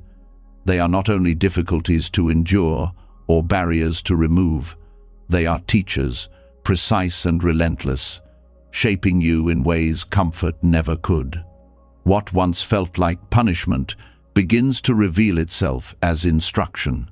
Obstacles have a way of exposing the raw truth of where you still resist. A harsh word stings because pride remains fragile. A failure crushes you because identity is still tied to achievement. An illness unsettles you because control is still clung to tightly. Without obstacles, these attachments might remain hidden. With them, everything comes to the surface. This is the first gift. Obstacles reveal what is concealed, and in doing so, they show you where the work of freedom still lies. The mind often believes that progress means a smooth road, but smooth roads rarely teach. It is the uneven paths, the unexpected storms, the moments that throw you off balance, that strengthen awareness and humility. When you meet resistance with openness, you discover that every obstacle is pointing you toward deeper wisdom. It is never random, never meaningless. It is life holding up a mirror, saying, "Here is where you tighten, here is where you cling, here is where you can learn to let go." One way to see this is through relationships. The people who challenge you the most, who frustrate you, who trigger anger or fear, are often the greatest teachers. They expose the very parts of yourself you wish to ignore. Without them, you might believe you are patient, compassionate, steady. With them, you see the limits of that patience, the cracks in that compassion, the edges of that steadiness. If you resist them, you remain stuck. If you learn from them, you grow. They become the unwitting guides of your transformation. The same applies to failure. Failure is often dreaded, avoided at all costs. But when it comes, it strips away illusions. It reveals what you expected from life, what you demanded, what you feared. Failure teaches humility, the recognition that you are not above mistakes, that you are not separate from imperfection. It teaches resilience, the ability to stand up again when the story you wanted collapses. And it teaches trust, the faith that meaning is not destroyed by disappointment. Failure, when seen as a teacher, becomes a gateway to freedom rather than a prison of shame. Physical pain also offers lessons that comfort cannot. It shows you how quickly the mind resists discomfort, how instinctively you tighten against what you cannot control. Yet pain can teach patience, endurance, and compassion. When you meet your own pain honestly, you are better able to understand the suffering of others. The body's limits remind you of impermanence and interdependence. Pain does not need to be romanticized, but when it is accepted as teacher, it loses its power to harden you. Instead, it softens the heart. Even the small daily frustrations, the traffic jam, the delay, the broken object can become Dharma doors. They interrupt the flow of preference, forcing you to face reality as it is rather than as you want it to be. Each irritation is an invitation to practice patience, to notice the rise of anger, to breathe into surrender. These small lessons accumulate, training the mind to meet larger challenges with steadiness. What makes obstacles powerful teachers is that they break the illusion of control. The ego thrives on believing it can arrange life according to its will. Obstacles shatter that illusion again and again. At first, this feels like defeat, but with practice, you begin to see it as liberation. You no longer waste energy fighting the impossible task of controlling every condition. You accept that difficulty is part of the path, not a deviation from it. This acceptance itself is freedom. Meditation provides a direct laboratory for this truth. Distractions, restlessness, sleepiness, all feel like obstacles to stillness. But when you stop resisting them, they become teachers. Restlessness shows you the mind's craving for movement. Sleepiness shows you the pull of dullness. Distraction shows you the habit of wandering. By observing them, you learn not to push them away, but to use them as mirrors. Each so-called obstacle becomes part of the practice, refining awareness rather than blocking it. The radical shift comes when you begin to welcome obstacles rather than resent them. This does not mean seeking out suffering, but it does mean recognizing that when it arrives, it brings with it an opportunity. Every resistance you face is a doorway. To step through that doorway is to learn something that comfort would never teach you. The more you see this, the less you fear difficulty. You no longer ask, "Why is this happening to me?" but "What is this showing me?" That question alone transforms the obstacle into a teacher. This shift also cultivates compassion. When you see your own obstacles as teachers, you stop envying those who seem to have easy lives. You recognize that everyone faces their own lessons, even if hidden. You also stop judging those who struggle, because you understand that struggle itself is part of learning. Compassion expands because you see obstacles not as punishments, but as universal experiences shaping everyone in their own way. Obstacles also teach patience with time. Progress is rarely instant. The same challenges may appear again and again, testing you repeatedly. This repetition is not failure, but reinforcement. Just as a muscle is strengthened through resistance, the mind is strengthened through repeated trials. Each return of the obstacle deepens your capacity to meet it with awareness. Over time, what once overwhelmed you becomes manageable, even peaceful. The beauty of this teaching is that it requires no special conditions. Life itself provides the curriculum. Every difficulty is a lesson, every resistance a teacher. The question is whether you meet them with resentment or with openness. If you resist, you remain bound. If you welcome, you are freed. This is the essence of seeing obstacles as Dharma doors. They open into wisdom precisely where you once believed you were blocked. Gradually, this way of living transforms your relationship with the entire path. You stop seeking a life without obstacles and start seeking to learn from whatever arises. The path ceases to be a straight road to an imagined peace and becomes an unfolding journey where every twist, every stone, every storm is part of the teaching. Freedom is not found in avoiding obstacles, but in embracing them as part of the way. And so, each challenge becomes less frightening. Each failure becomes less devastating. Each pain becomes less isolating. Obstacles remain, but their meaning changes. They are no longer punishments or interruptions. They are teachers, patient and persistent, guiding you toward a freedom you might never have chosen on your own. In this light, resistance itself becomes the very doorway to awakening. When obstacles begin to reveal themselves as teachers instead of enemies, another layer of the path opens. You start to see that the external world rarely calms itself for your benefit. Noise continues, demands press in, responsibilities multiply, and chaos moves like weather through your days. Yet in the middle of this constant turbulence, there is something that does not move. A silence untouched by noise, a stillness unshaken by movement. To discover this is to stop resisting life, not by escaping it, but by resting within it. The instinct when surrounded by chaos is to try to control it. You attempt to silence the noise, manage the people, arrange the circumstances, so that peace will finally arrive.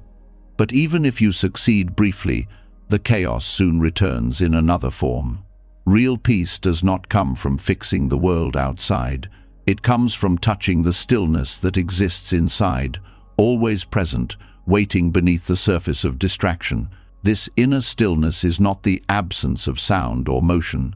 It is the space in which sound and motion appear. Even in the middle of a crowded street, you can notice it. Beneath the horns, the voices, the footsteps, there is awareness silent, steady, untouched. It is like the depth of the ocean beneath crashing waves. The surface may roar, but the depths remain calm. Learning to rest in those depths is the practice of stillness in the midst of chaos. One way to cultivate this is through attention to the body. Chaos pulls the mind outward, scattering it across countless distractions. But the body anchors you here. Feeling your feet on the ground, your hands at rest, your breath moving in and out, these are doorways back into presence. The body cannot exist in the past or future, it lives only now. By returning to it, you discover a silence that resists nothing, even while the world swirls. The mind will protest, insisting that peace requires quiet surroundings. But look closely, even in silence, the mind can be noisy with thought. And even in noise, stillness can be found when the mind releases its grip. Peace is not about what surrounds you, but about how you meet it. When awareness rests openly with what is, without clinging or resisting, stillness emerges. Meditation deepens this discovery. When you sit, distractions arise, thoughts, sounds, sensations. At first, they feel like intrusions. But as you observe without fighting, you realize that awareness itself is never disturbed. Thoughts pass, sounds fade, sensations shift, but the field of awareness remains unchanged. You begin to see that stillness is not something you must create. It is something you uncover by releasing resistance. Daily life provides countless opportunities to practice. In a noisy workplace, notice the silence beneath your thoughts. In a heated conversation, notice the stillness in your breath. In moments of overwhelm, close your eyes briefly and rest in the awareness that holds everything. You do not need to withdraw from life to taste peace. You only need to stop resisting the movement of life around you. This practice also reveals that chaos itself is not the problem. The problem is the demand that life be other than its island. When you stop fighting the noise, the rush, the unpredictability, they lose their power to disturb you. Stillness does not require removing chaos, it requires dropping the resistance to chaos. The storm continues, but you are no longer swept away. There is profound strength in this. Stillness is not fragile, it is resilient. It does not collapse when tested. In fact, it often shines brightest in difficulty. To be calm when everything is calm is simple. To be still while surrounded by storms is true mastery. This steadiness does not come from denial, but from resting in the unshakable ground of awareness. This inner silence also transforms relationships. When you meet others from stillness, you listen more deeply. You do not react instantly to provocation. You respond from clarity. Your presence becomes calming for those around you. People feel safer, less judged, more understood, because you are not adding your own turbulence to the moment. Stillness within becomes peace shared without. Stillness also teaches humility. You realize that the world does not need you to control it. Life moves on its own rhythm. By resting in silence, you step out of the illusion of control and into alignment with reality. This humility frees you from endless struggle. You no longer waste energy trying to silence the world. You allow it to be, while staying rooted in the silence that does not change. Another gift of this practice is clarity. Chaos often clouds judgment, pulling you into reactive decisions. But when you return to stillness, the mind clears. Solutions arise more naturally, not forced but revealed. The silence within becomes a source of wisdom, showing paths that the noisy mind could not see.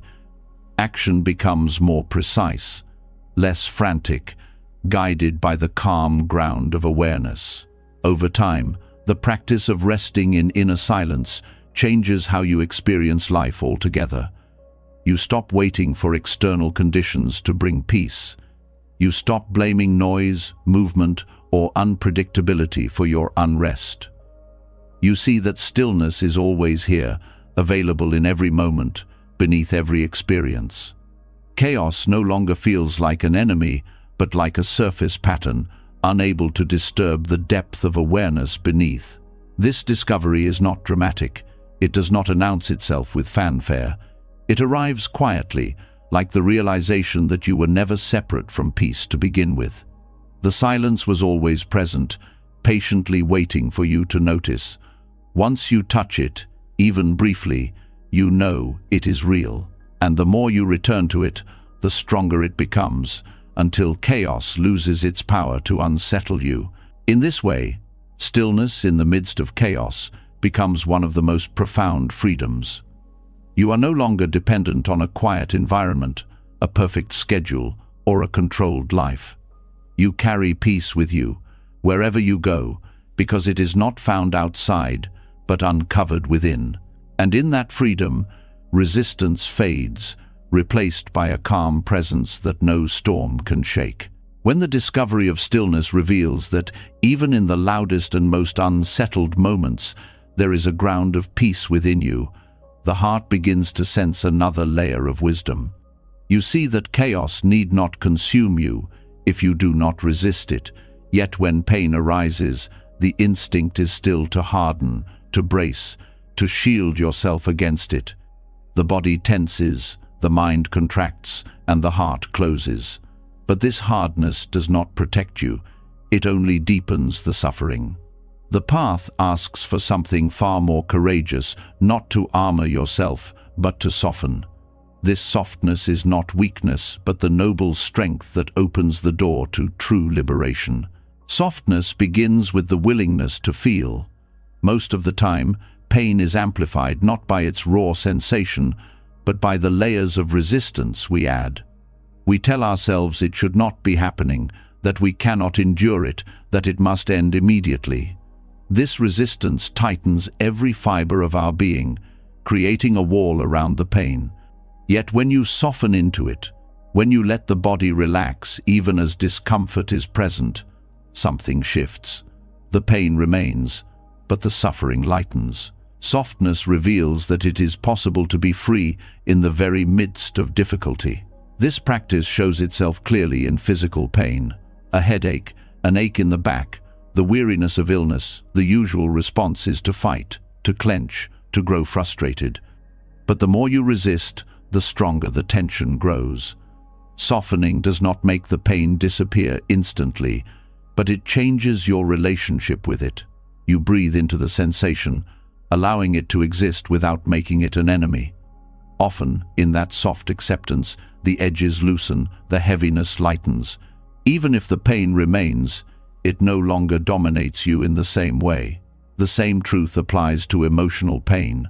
When grief arrives, the instinct is to resist, to distract, to bury it under activity. But grief ignored only hardens into bitterness. To soften into it is to let the tears fall, to let the ache be felt fully. It is to stop telling the story that you should be stronger or that you must hurry through it. In softness, grief becomes not a weight to crush you, but a passage that shapes you into someone deeper, someone more compassionate. Pain transforms when you stop resisting and allow yourself to rest inside it without judgment. Softness is also the ground of compassion. Hardness isolates, drawing boundaries between you and others, between you and your own heart. Softness dissolves those boundaries. When you soften into your own suffering, you naturally begin to understand the suffering of others. Their pain no longer feels foreign. It resonates with the same tenderness you have allowed in yourself. Compassion flows not from denying pain, but from letting it open you. The more you soften, the more expansive your compassion becomes, reaching beyond yourself into the shared human experience. There is a great strength hidden in this approach. Society often equates strength with stoicism, with the ability to remain unmoved, unshaken. But true resilience is not found in becoming stone. Stone cracks under pressure. Water, soft and yielding, endures and shapes the hardest rock. In the same way, the heart that softens is the heart that survives. It does not resist the blows of life. It absorbs them, flows with them, transforms them. Softness, paradoxically, is the most unbreakable form of strength. In practice, this means meeting every difficulty with a conscious choice to release tension.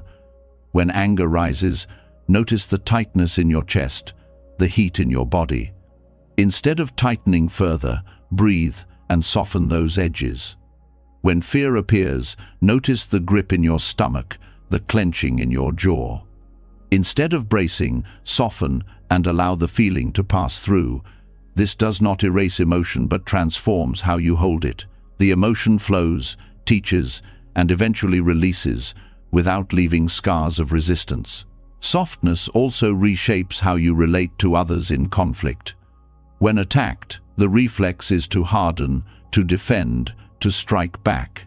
Yet hard against hard only creates more fracture. To soften does not mean to submit or to accept harm, but to respond without the rigid armor of hostility. It means listening even when misunderstood, speaking with clarity without aggression, standing firm without cruelty. This kind of softness disarms conflict because it refuses to add more hardness to the fire. Meditation becomes the laboratory where this noble truth is tested and refined. Sitting still, discomfort arises, restlessness, tension, distraction. The mind wants to harden, to force concentration, to push away what feels unpleasant. But the deeper practice is to soften, to let the discomfort exist within awareness without resistance. Over time, this builds a capacity to meet even intense experiences with gentleness. The mind becomes less combative, the heart less brittle, and awareness steadier. This way of living does not mean you invite suffering or wish for pain. It means that when life inevitably brings difficulty, you meet it with openness instead of contraction. You discover that freedom is not the absence of pain, but the absence of resistance. In softness, you allow reality to be what it is, and in that allowance, you find liberation. Softness also teaches surrender to impermanence. Hardness clings, trying to hold on, refusing to let go. Softness opens the hand, allowing things to pass as they must.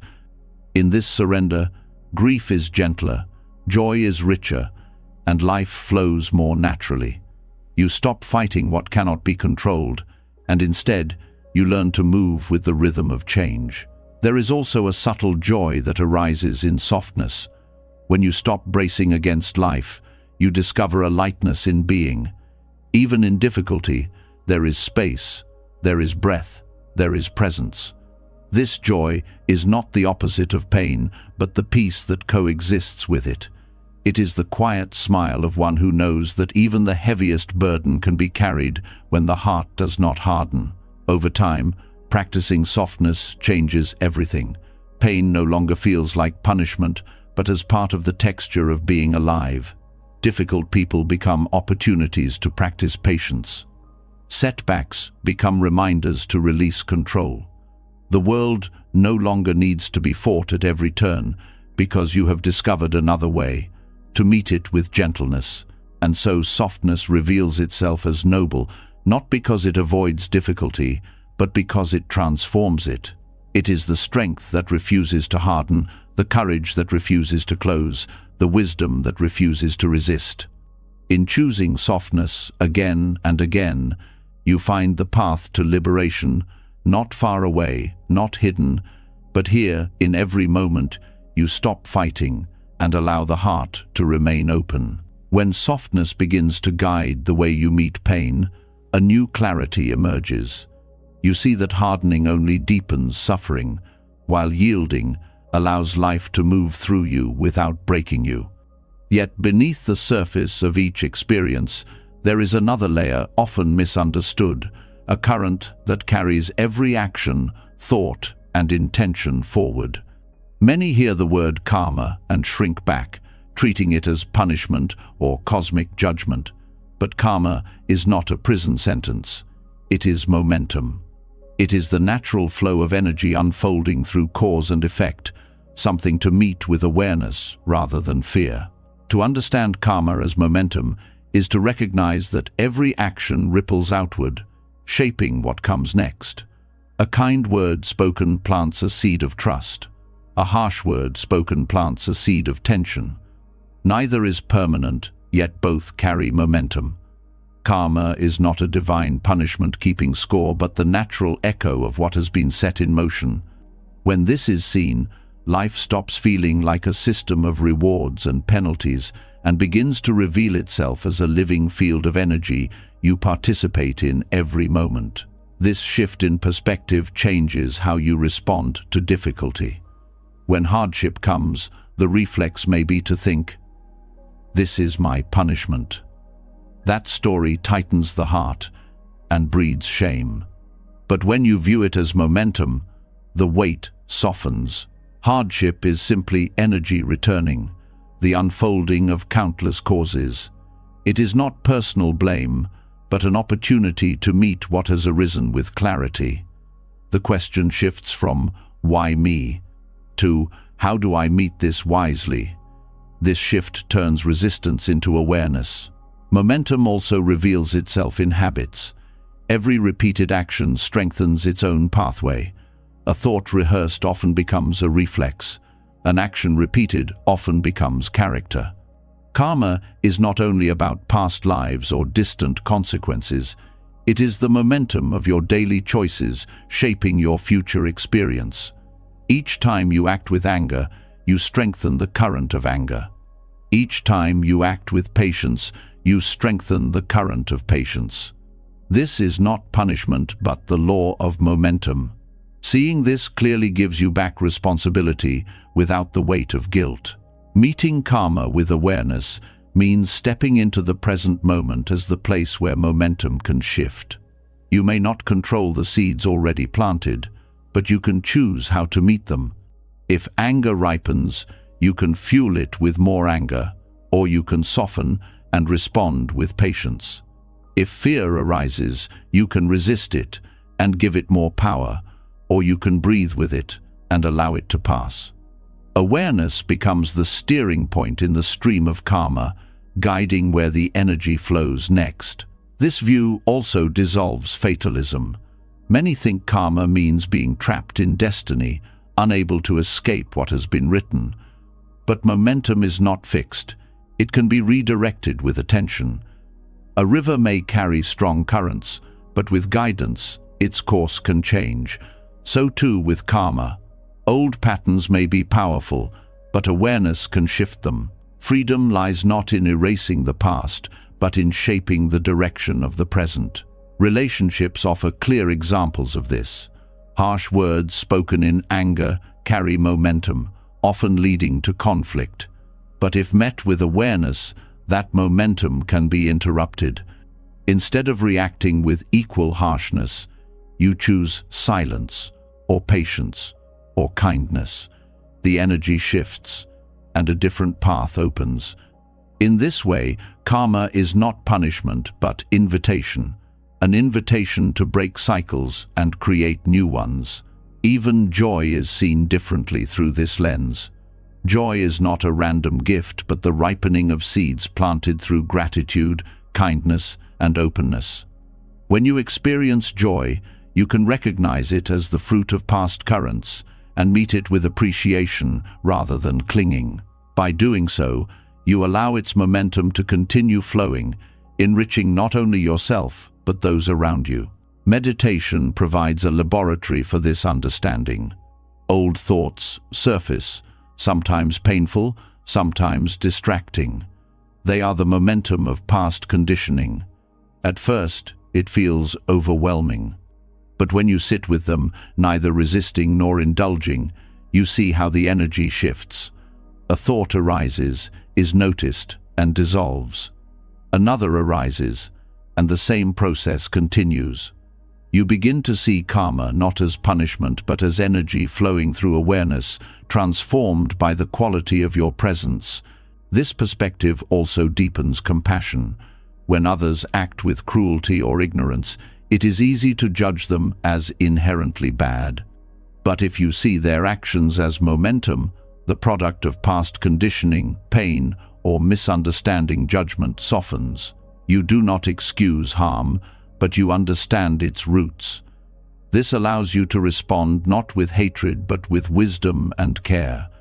Compassion grows when you recognize that everyone is carried by currents, some stronger, some darker, but none beyond transformation. Karma, as momentum, also frees you from the fear of making mistakes. Fear often arises from the belief that one wrong step condemns you forever. But momentum is fluid. A misstep can be followed by awareness, and awareness can redirect the path. The current may carry you for a time, but you are never powerless to shift its direction. This view replaces paralyzing fear with responsibility and hope. There is also freedom in recognizing that not all consequences are immediate. Seeds may take time to ripen, and their fruits may appear when least expected. This teaches patience. You may not see the results of kindness right away, but the current is moving. You may not escape the weight of harmful actions instantly, but their power lessens as new choices are made. Trust in the unseen unfolding is part of meeting karma with awareness. In daily life, this understanding transforms how you live. Every small action is seen as part of the current, the tone of your voice, the way you treat strangers, the attention you give to your thoughts. Nothing is wasted. Each moment is an opportunity to shift momentum toward clarity, kindness, and freedom. Life becomes less about fearing judgment and more about cultivating energy that supports peace for yourself and others.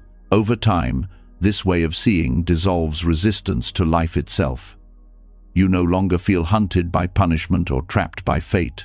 You see energy moving, causes unfolding, patterns ripening. And in that seeing, you find freedom, the freedom to participate with awareness, to shift direction, to release the grip of fear. Karma ceases to be a word of dread and becomes a reminder of interconnection, responsibility, and possibility. In this way, karma as momentum is not a burden but a gift. It shows you that life is not random, nor is it a cosmic ledger of punishment. It is a flow of energy shaped by countless causes, continually offering you the chance to meet it wisely, and when you meet it with awareness instead of fear, resistance falls away. What remains is a deeper trust in the unfolding and a steady confidence that every moment is a doorway into transformation. When karma is seen as momentum rather than punishment, the heart loosens. You begin to recognize that what unfolds is not a verdict hanging over you, but energy moving through time, shaped by choices and conditions. This insight reduces fear and deepens responsibility, but it also points towards something quieter. If every action carries momentum, then how you meet each moment matters greatly. And there is a way of meeting life that is often overlooked. Silence. Not the silence of suppression or avoidance, but the silence that listens without rushing to respond, explain, or control. This silence becomes a doorway to a deeper way of knowing. Silence in this sense is not emptiness of meaning, but fullness of presence. Words can sometimes crowd out understanding, while silence creates space for it. When you stop preparing replies in your head, when you stop filling gaps with noise, you begin to hear differently. You notice subtleties in tone, in gesture, in pauses. You feel the weight behind what is said and even behind what is unsaid. This is knowledge that does not come from analysis, but from receptivity. In daily life, silence can be transformative. When someone speaks in anger, the reflex is often to defend yourself immediately, to meet fire with fire. But silence interrupts the chain. By holding space without rushing to retaliate, you allow the heat to cool. Often, the person themselves hears the weight of their words more clearly in the quiet. Silence, in this way, is not passive. It actively reshapes the moment by creating room for awareness. Silence also allows truth to arise within yourself. The mind is quick to narrate, to explain, to justify. But beneath the chatter, there is a deeper knowing that cannot be forced. When you sit in silence, not needing to solve or control, insights often surface on their own. This is why many profound realizations come in quiet moments, walking alone, sitting under a tree, lying awake in the night. Silence clears the clutter so that wisdom can reveal itself. Non-resistance is born in this practice. So much of suffering comes from the need to control the narrative, to have the right answer, to win the argument. Silence shows that you do not always need to hold the reins. You can let the moment be what it is without forcing it into your design. This softens the grip of ego, reduces conflict, and allows life to unfold naturally. By choosing silence, you stop adding resistance, and in that openness, peace emerges. Meditation is the most direct form of this teaching. Sitting in silence, you encounter the constant chatter of the mind. At first, it feels overwhelming.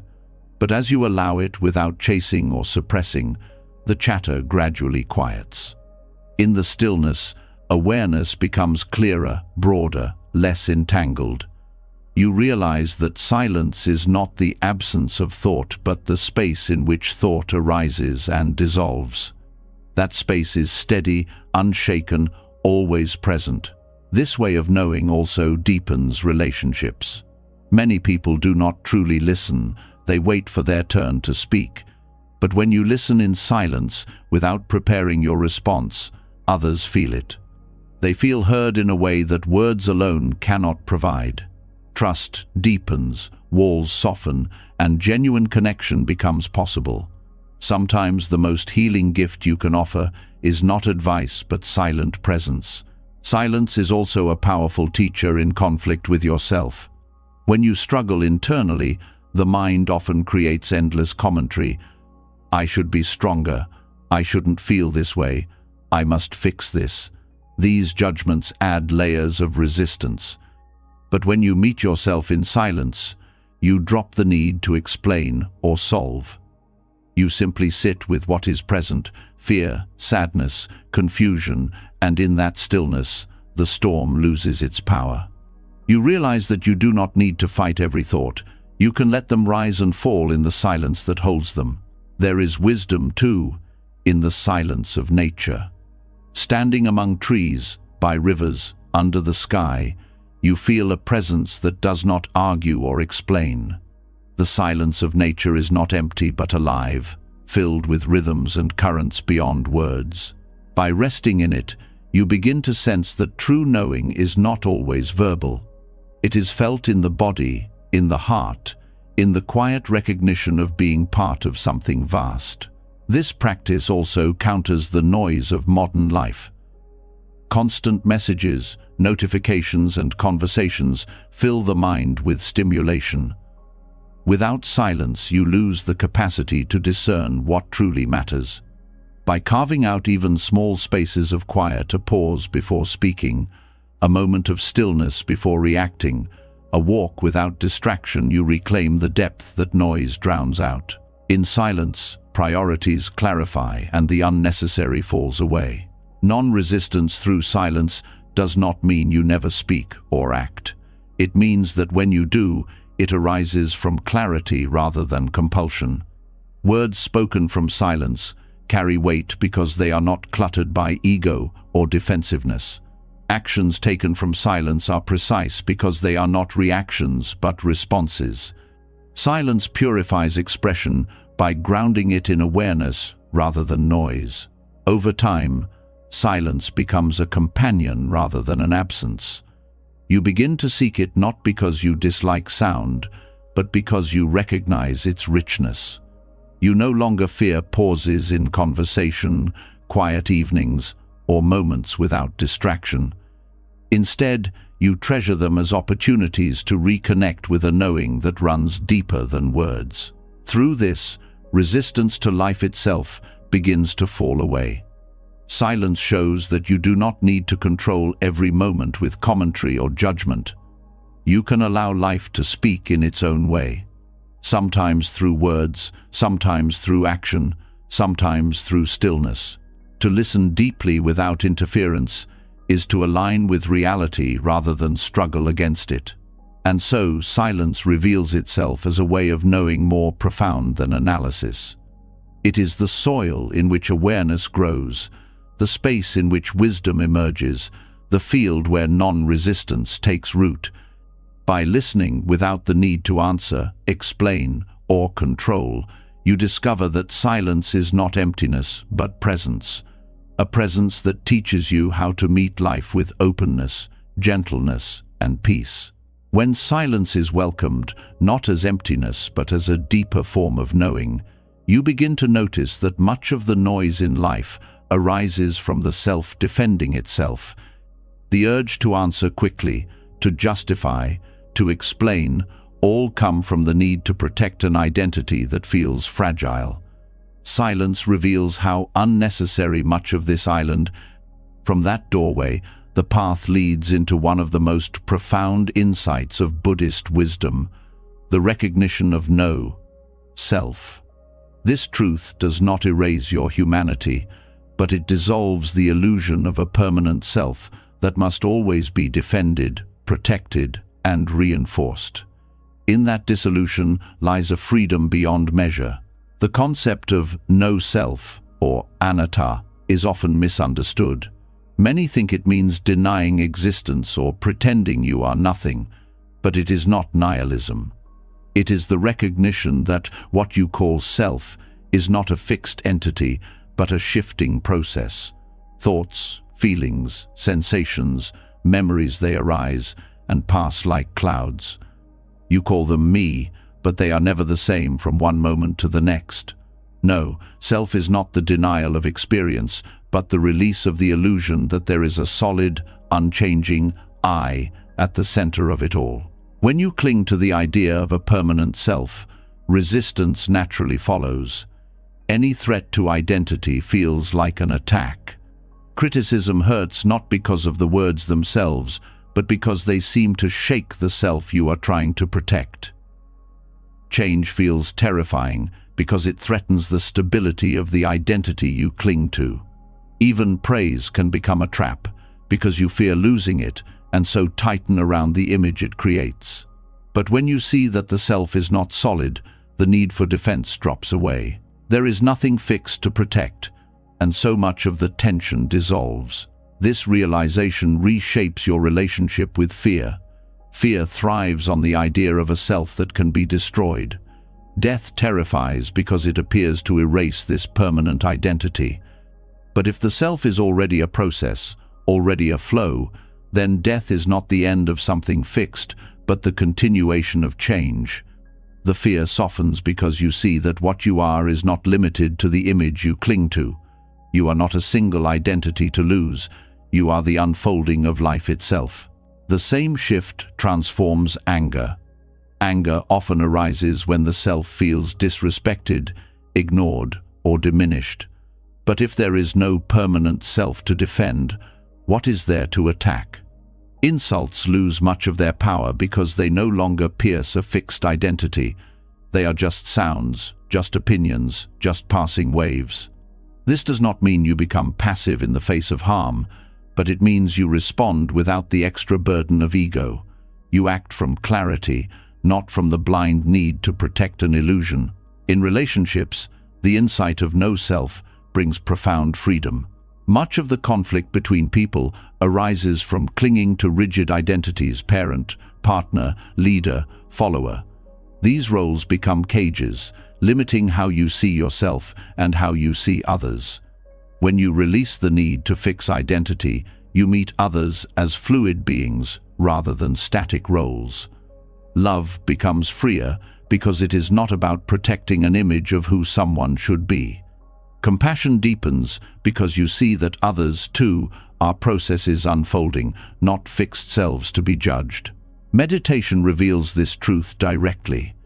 As you observe the mind, you notice that thoughts arise without your control, emotions appear and fade, sensations shift constantly. Where is the permanent self in this? Each time you look for it, you find only change. The self dissolves under observation, revealing not emptiness in the sense of nothingness, but emptiness in the sense of no fixed core. This emptiness is liberating because it shows that you are not trapped in any one version of yourself. No self also reshapes ambition.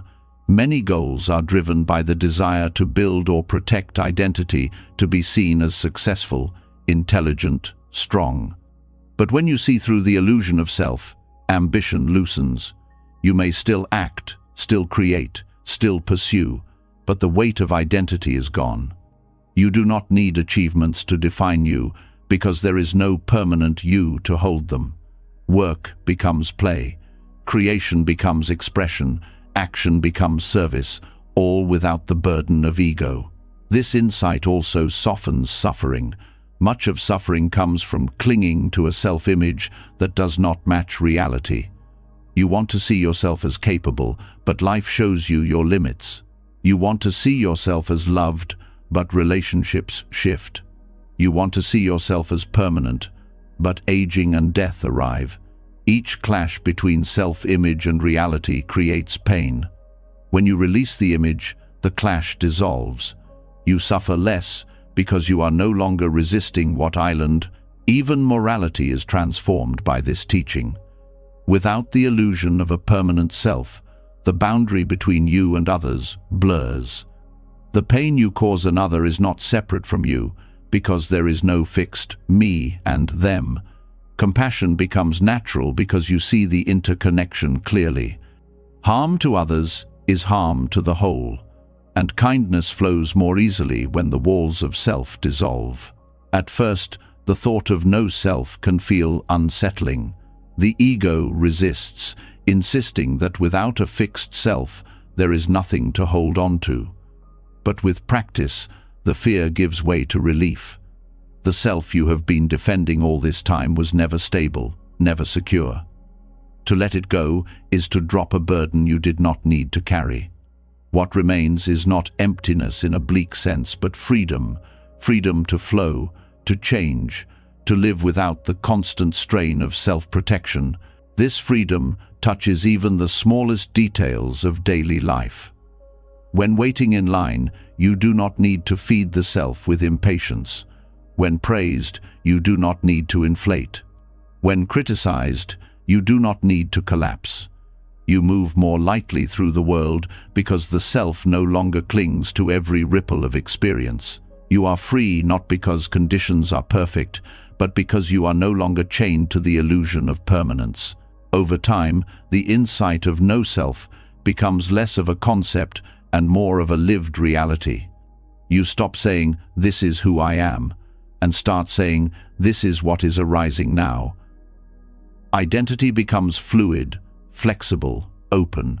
You stop fighting change because you see that you are change. You stop fearing loss because there was never a fixed self to lose, and in that release, resistance dissolves completely. This is the freedom of no self, not an abstract philosophy but a direct liberation from the endless struggle of defending identity. It is the quiet strength of living without chains, the deep peace of knowing there is nothing permanent to protect. In this freedom, life flows through you, as you, without resistance, without fear, without the burden of self. When the illusion of a permanent self begins to dissolve, the grip of fear starts to loosen. You realize there is nothing solid to defend, no rigid identity to protect at all costs. This opens a vast space, but in that space, something unsettling remains: uncertainty. The mind longs for guarantees, for the comfort of knowing what comes next, for fixed answers that never change. Yet life refuses to offer such assurances. Every moment unfolds in ways you cannot fully predict. Instead of resisting this truth, the path now calls you to meet uncertainty, not with dread, but with joy, to recognize unpredictability as the very pulse of life itself. Uncertainty is often treated as danger. From childhood, we are taught to plan, to secure, to control. But control is always partial, and plans are always fragile. The unknown is not an error in life's design, it is life's essence. Without uncertainty, there would be no surprise, no discovery, no growth. Every adventure, every breakthrough, every moment of wonder arises because the future is not fixed. Fear transforms into gratitude when you see that uncertainty is the soil where possibility grows. When you look closely, much of anxiety is not about what is happening now, but about what might happen later. The mind spins stories of what could go wrong, what may be lost, what might never arrive. These stories are fueled by resistance to not knowing. Yet when you stop demanding certainty, anxiety softens. You learn to rest in the openness of not knowing, to allow the future to reveal itself one moment at a time. This is not recklessness, but trust. Trust that life has always carried you, even when you could not see the path ahead. Uncertainty is also the birthplace of creativity. If everything were predictable, nothing new could emerge. Artists, writers, inventors all step into the unknown, creating from a space where outcomes are not guaranteed. Their work is possible only because life is unpredictable. By learning to rejoice in uncertainty, you reclaim this same creative freedom in your own life. Every choice becomes an act of exploration rather than a desperate attempt to control results. In relationships, uncertainty is equally vital. No one can guarantee that love will last unchanged. that friendship will never falter, that connection will always remain steady. And yet, it is precisely this uncertainty that makes love so alive. Each day together is a gift, not a guarantee. To rejoice in this is to stop demanding permanence and start cherishing presence. Love becomes lighter, more generous, when it is not shackled to the illusion of certainty. Meditation is a training ground for this practice.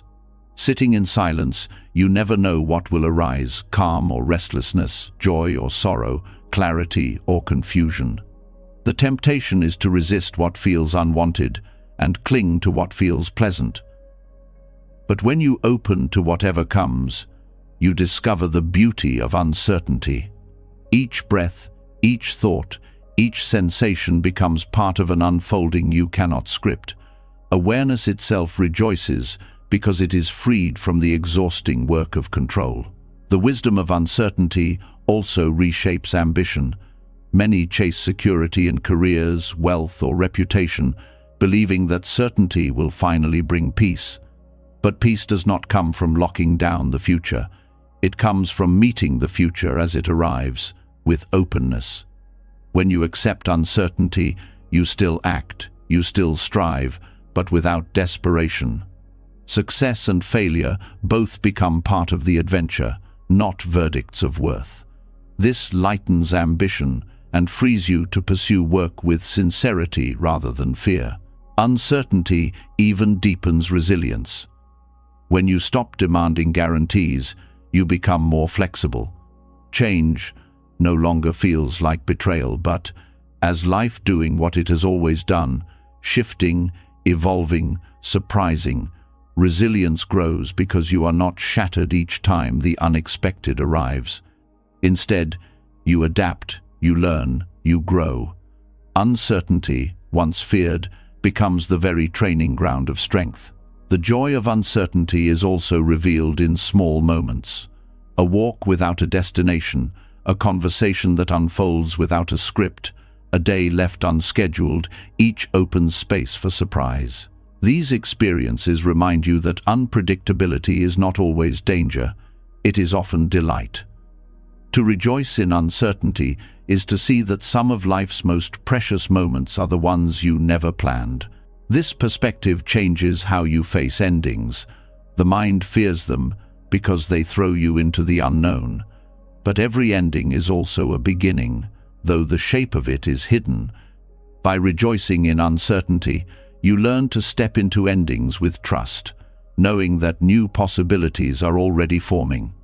Grief may still come, but beneath it is the quiet faith that life continues to unfold in ways beyond what you can imagine. Over time, rejoicing in uncertainty transforms how you experience life itself.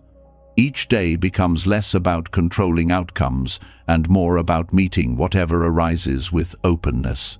You begin to see the unknown not as a void to fear, but as a canvas alive with possibility.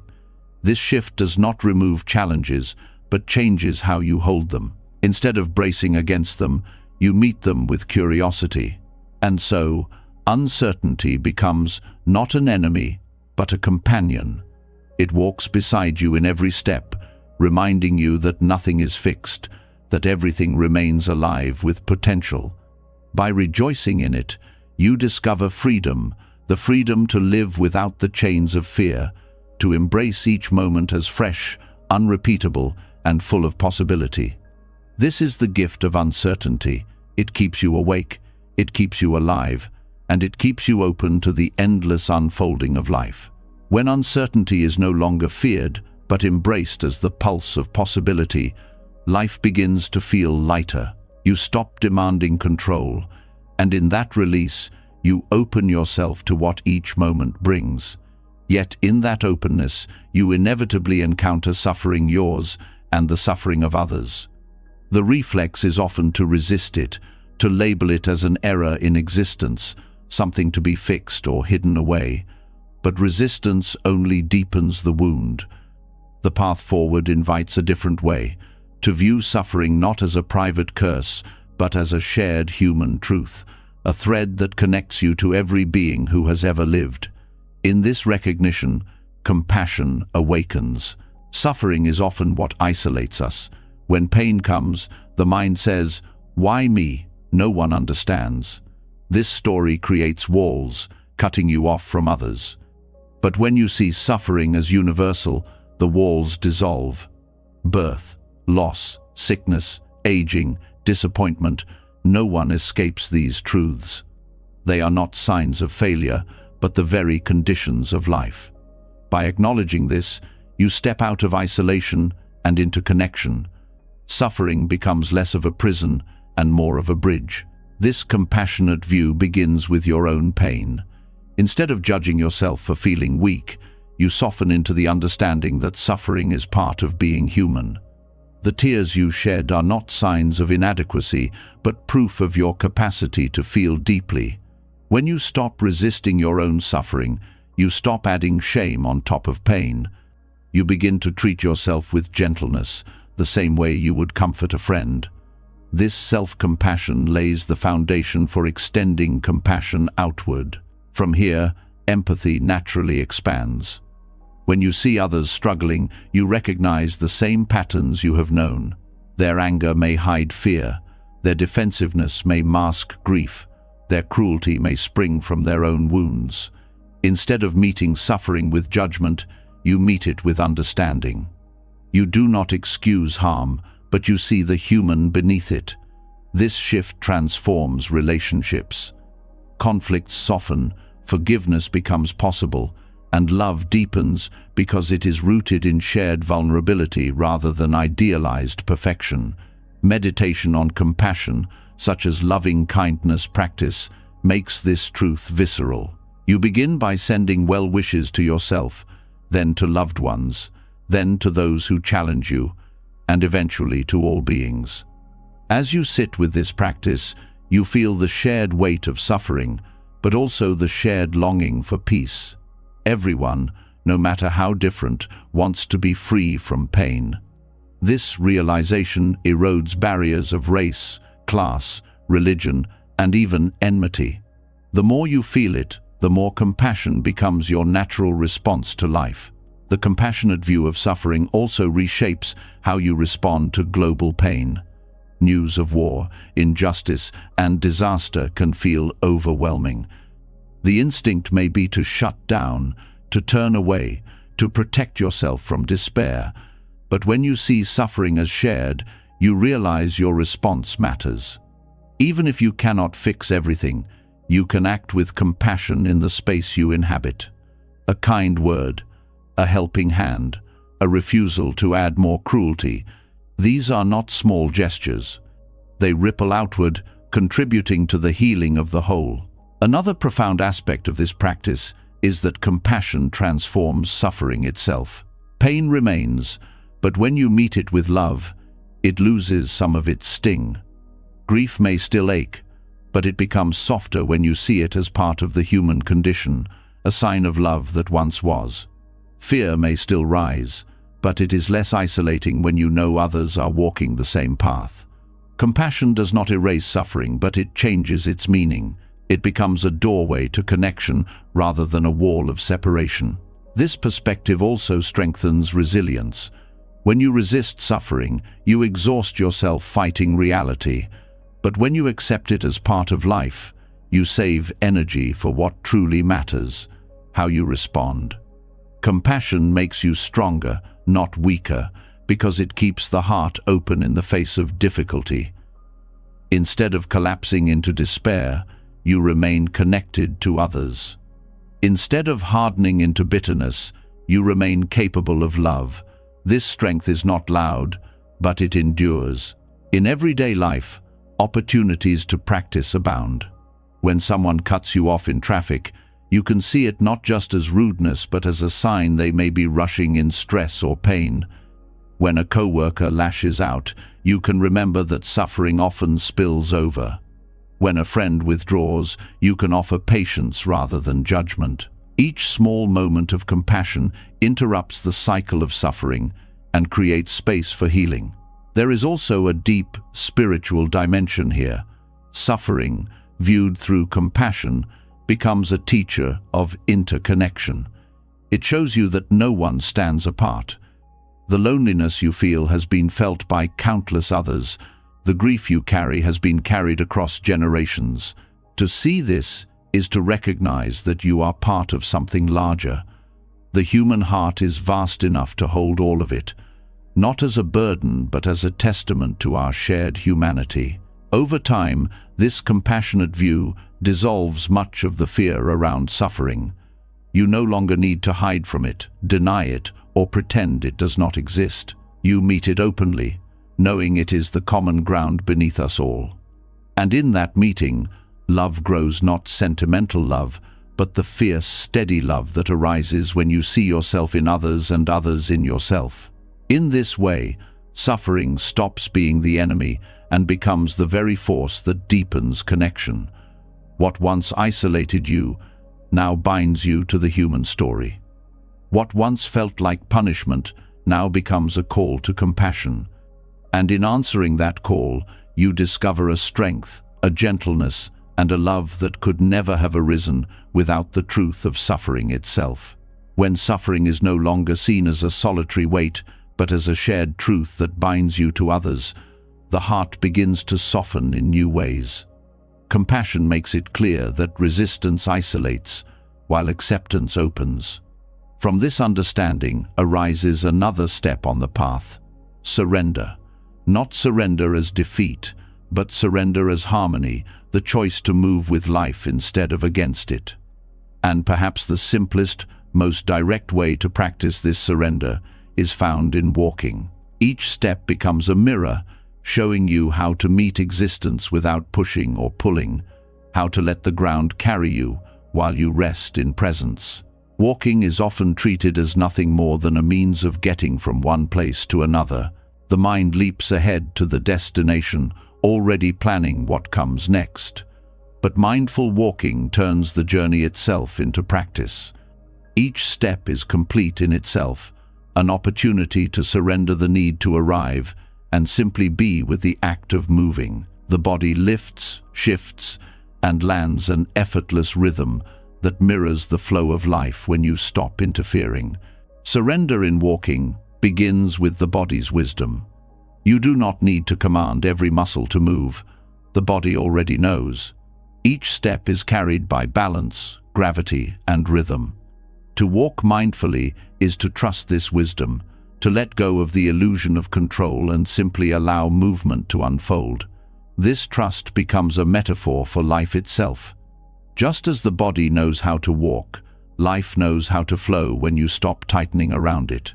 When you walk with surrender, the need to rush dissolves. Normally, walking is hurried, driven by the future. But when you slow down, each step reveals its richness.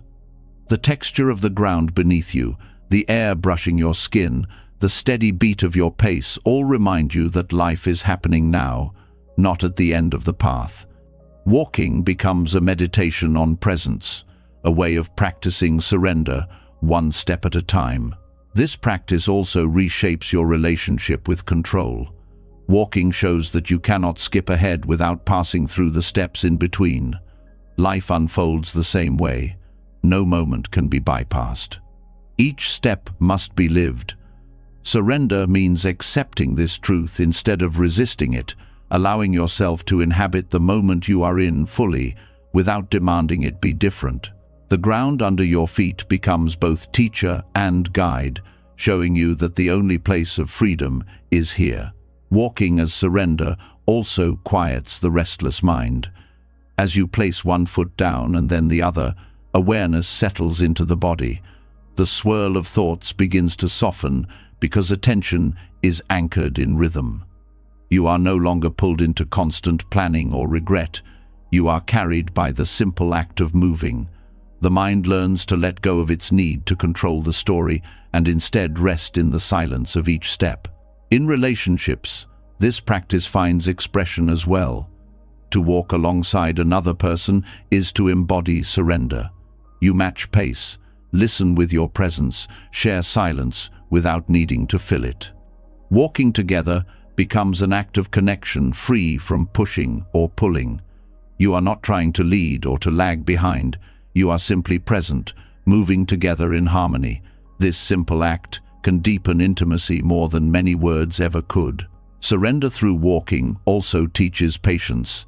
Each step is small, and yet together they carry you across great distances.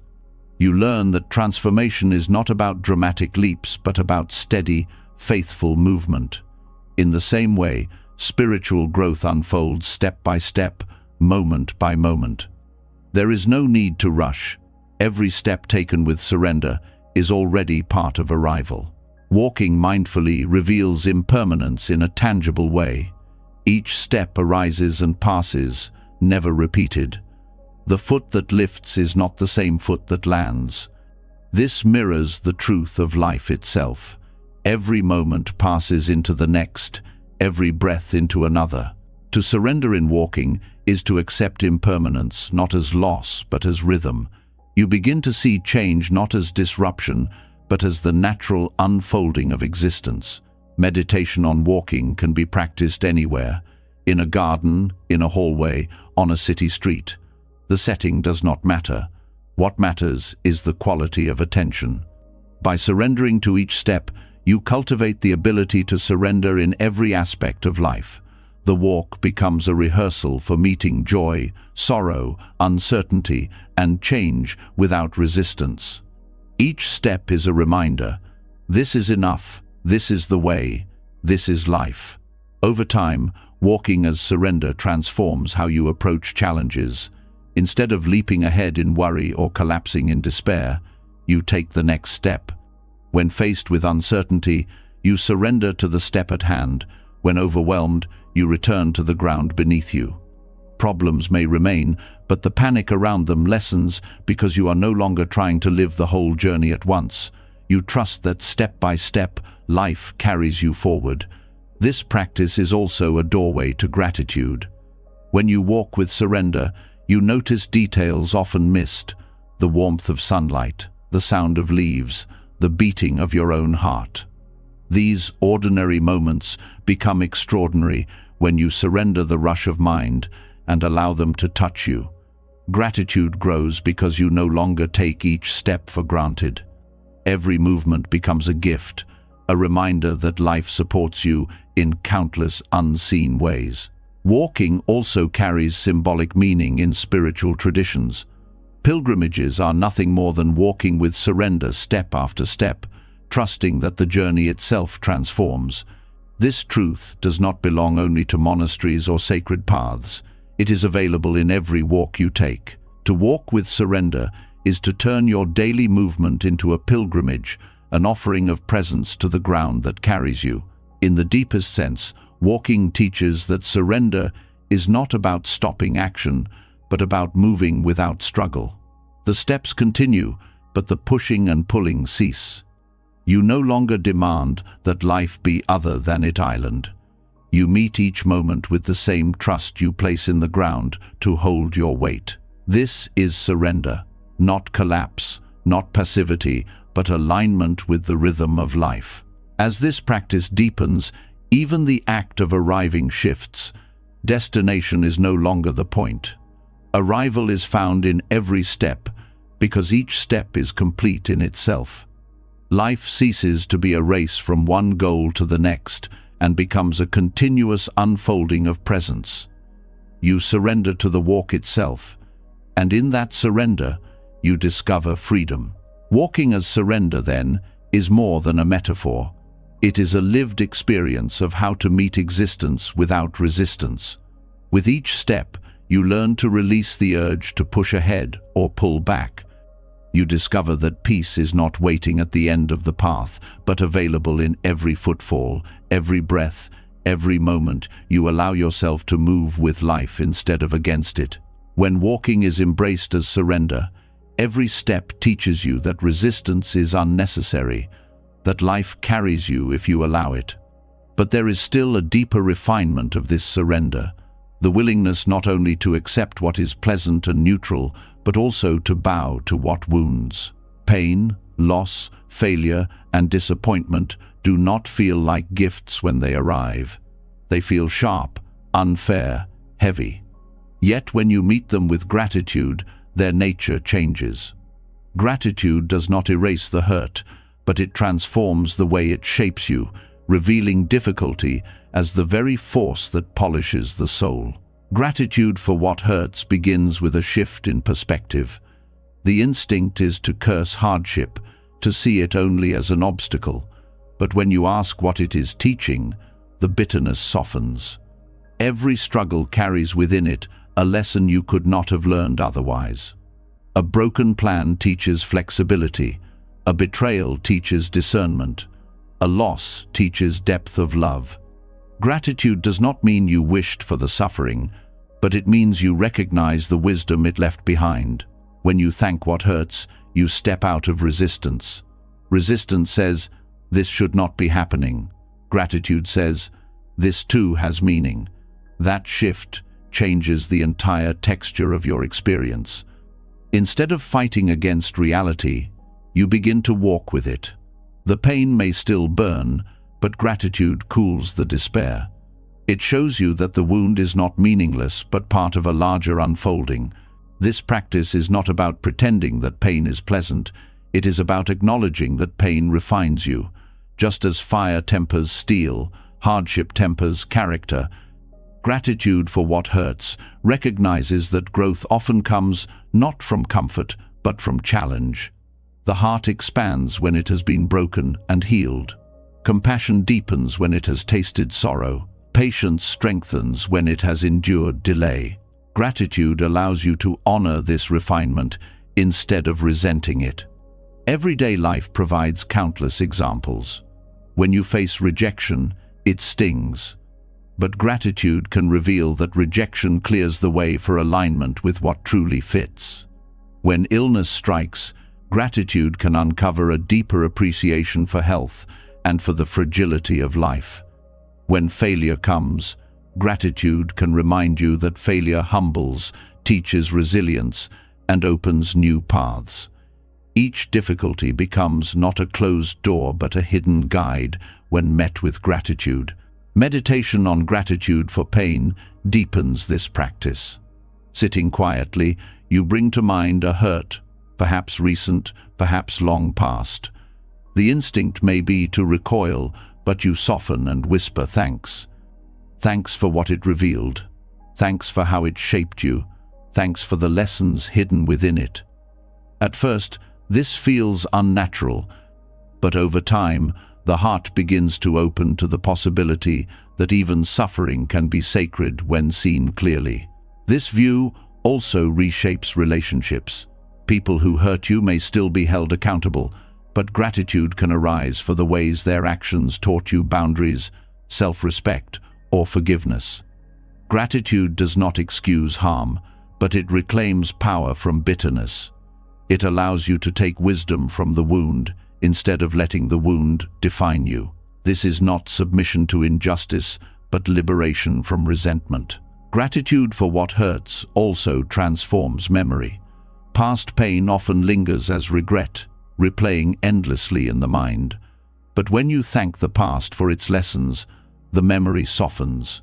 Instead of seeing only loss, you see growth. Instead of carrying shame, you carry understanding. Gratitude rewrites the story, not by erasing what happened, but by reframing its meaning. The past no longer chains you because you have drawn treasure from it. This practice strengthens resilience in the present. When new pain arises, you remember how old pain became a teacher. Gratitude becomes a bridge, reminding you that today's wound may be tomorrow's wisdom. This memory gives you strength to endure, knowing that hardship has always left behind gifts. Gratitude turns suffering from endless punishment into a process of transformation. The practice also nurtures humility. When you thank what hurts, you acknowledge that you do not always know what is best in the moment. What you once cursed may later reveal itself as necessary. Gratitude teaches you to trust life's wisdom beyond your limited perspective. It softens arrogance and replaces it with openness, reminding you that even what feels unbearable can contain unseen grace. Gratitude for pain also deepens compassion. When you honor your own wounds, you recognize the same fragility in others. You see that their struggles may also be shaping them in hidden ways. This awareness makes you gentler, less judgmental, more willing to support. Gratitude expands the heart not only for your own journey, but for the journeys of all beings who walk through suffering. This practice does not mean seeking out suffering.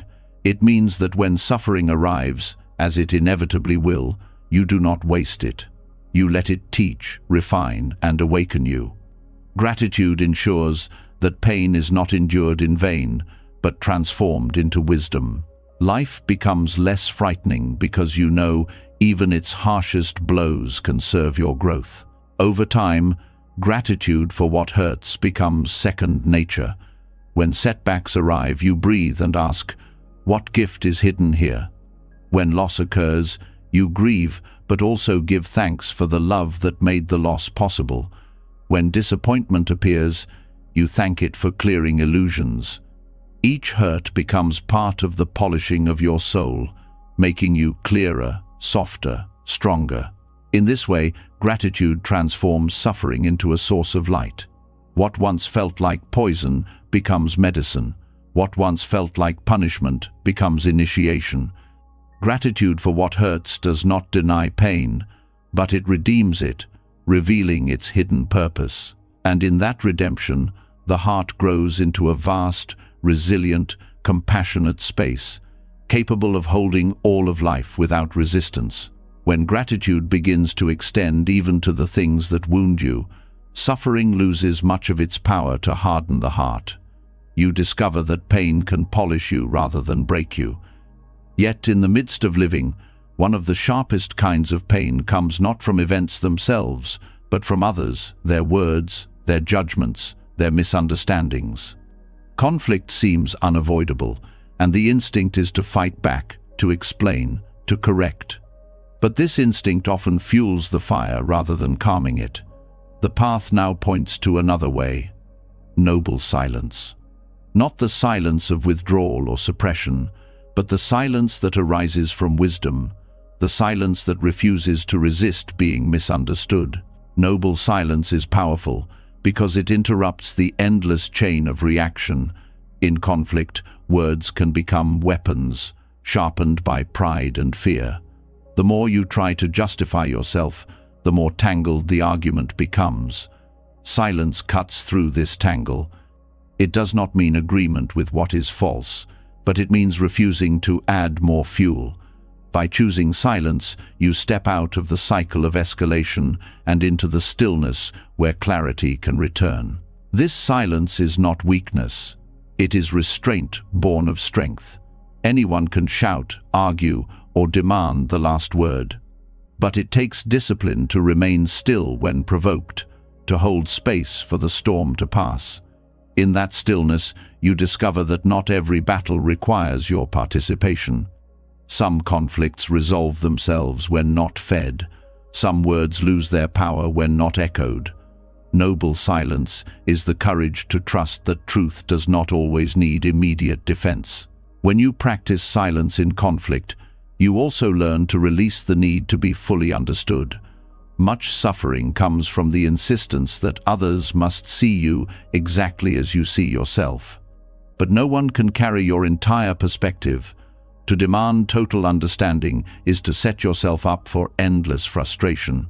Noble silence accepts this limitation. It says, "I know who I am.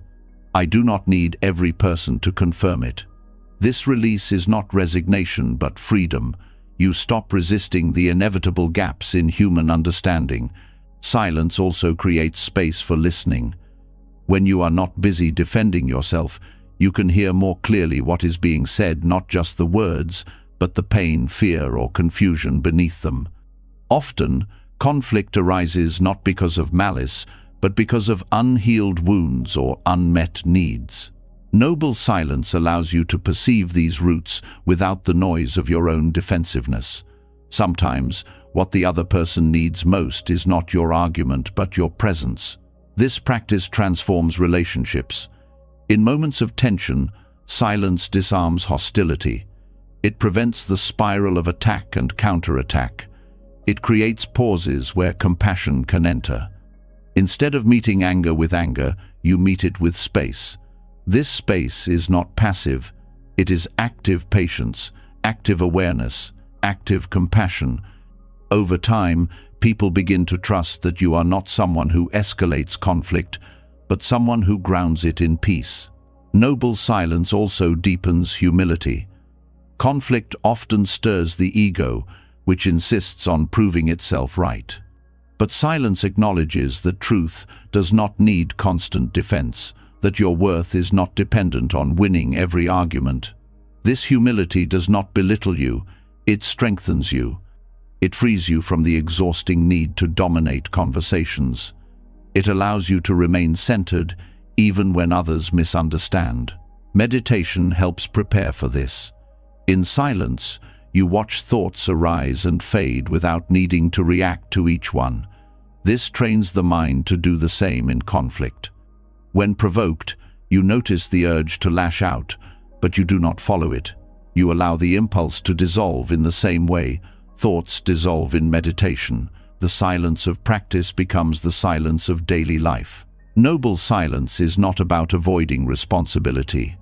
There are times when speaking is necessary to protect, to clarify, or to stand for justice. But even then, silence teaches you to speak from clarity rather than reactivity. Words that arise from silence carry more weight because they are not cluttered by anger or fear. They are precise, measured, and often fewer. Silence ensures that when you speak, you are serving truth, not ego. The power of this practice becomes clear when you face repeated misunderstanding. To be misjudged, to be wrongly accused, to be seen in ways that do not reflect your heart, these are painful experiences. The ego demands immediate correction, but noble silence teaches you that misunderstanding is part of human life. You cannot control every perception. What you can control is how you meet it. Silence allows you to rest in your own integrity without exhausting yourself in endless explanations. This practice also reshapes your inner world. Often, conflict continues long after the conversation ends, replaying in the mind with imagined rebuttals. Noble silence extends inward. It is the discipline of letting the argument fade in your thoughts, instead of rehearsing it endlessly. This inner silence brings peace not only with others but within yourself. Over time, noble silence becomes less about what you hold back and more about what you embody. You radiate calm, even in tension. Your presence communicates more than words could. People feel the steadiness in you, the refusal to be dragged into unnecessary battles. Silence becomes a language of its own, a language of peace, dignity, and wisdom. This way of being does not make conflict vanish from life, but it changes its nature. Arguments lose their grip on you. Misunderstandings no longer feel like threats. Hostility no longer pulls you into its orbit. You learn that peace is not the absence of disagreement, but the refusal to let disagreement destroy your inner stillness. Noble silence, then, is not silence of fear but silence of strength. It is the silence that says, I do not need to resist being misunderstood. I do not need to win every battle. I choose peace over pride. And in this choice, conflict loses its power to consume you. What remains is a steady calm, a clarity untouched by noise, and a wisdom that speaks most powerfully without words at all. When noble silence begins to shape the way you meet conflict, you discover that peace is not always about what you say, but about what you choose not to say. You no longer burn energy trying to force understanding, and in that restraint, you touch something larger, a recognition that you are not an isolated being, standing apart from others. Misunderstanding itself reveals the truth. You are bound up in the lives of those around you, influenced by their conditions, just as they are influenced by yours. To resist them is to resist yourself. From this realization unfolds the wisdom of interbeing. the dance of connection that shows you life is never separate but woven into a single living web. Interbeing means that nothing exists alone. A tree is not just a tree, it is sunshine, rain, soil, and the labor of countless forces that sustain it. You are not just you, you are your parents, your teachers, your ancestors, the food you eat, the air you breathe, the culture that shaped you. Every breath connects you to forests, every heartbeat to the earth's elements, every thought to the countless influences that formed your mind. To see this is to recognize that life is not made of separate selves, but of threads that only make sense in their weaving. When you resist life, you resist this web. You act as if you stand apart, as if your choices affect only you, as if others' struggles have nothing to do with your own. But interbeing reveals the illusion. Your suffering ripples outward, just as others' suffering touches you. Your joy nourishes others, just as theirs nourishes you. To harm another is to harm yourself, for the web is one. To care for another is to care for yourself, for there is no dividing line. This recognition dissolves much of the loneliness that afflicts modern life. The feeling of being cut off, of being misunderstood or unseen, softens when you realize that you have never truly been separate. The water in your body once moved through clouds and rivers. The oxygen in your lungs was exhaled by plants. Even your thoughts echo voices from those who came before. Interbeing shows that you belong not by earning it, but by being alive. Gratitude arises naturally because you see that your existence depends on an infinite network of support. Meditation on interbeing brings this truth closer. As you breathe, you can reflect, this breath is not mine alone. It carries the work of the earth, the trees, the unseen cycles that sustain it. With each inhale and exhale, you feel the web of life moving through you. This is not philosophy, but direct experience. You are not an island, you are the ocean. The dance of interbeing also changes how you see conflict. When someone hurts you, it is tempting to label them as enemy, separate from your life. But if you look more deeply, you see that their actions arise from conditions, their upbringing, their wounds, their struggles. These conditions are not separate from the larger web. To hate them is to hate part of the whole. This does not excuse harm, but it brings compassion. You begin to see that healing requires attending to the web itself, not just punishing a single thread. This wisdom transforms how you live in community. Instead of striving only for personal gain, you recognize that your well-being depends on the well-being of others. A society cannot thrive if its members are left behind. An environment cannot sustain if it is exploited. Interbeing makes clear that caring for others is not charity but necessity. You thrive together, or you suffer together. Every act of kindness strengthens the web. Every act of greed weakens it. Daily life offers countless reminders of this truth. The clothes you wear carry the work of countless hands you may never meet. The food you eat carries the labor of farmers, the rain, the sun, the soil. Even the technology you use is built from the work of minds and bodies across the world.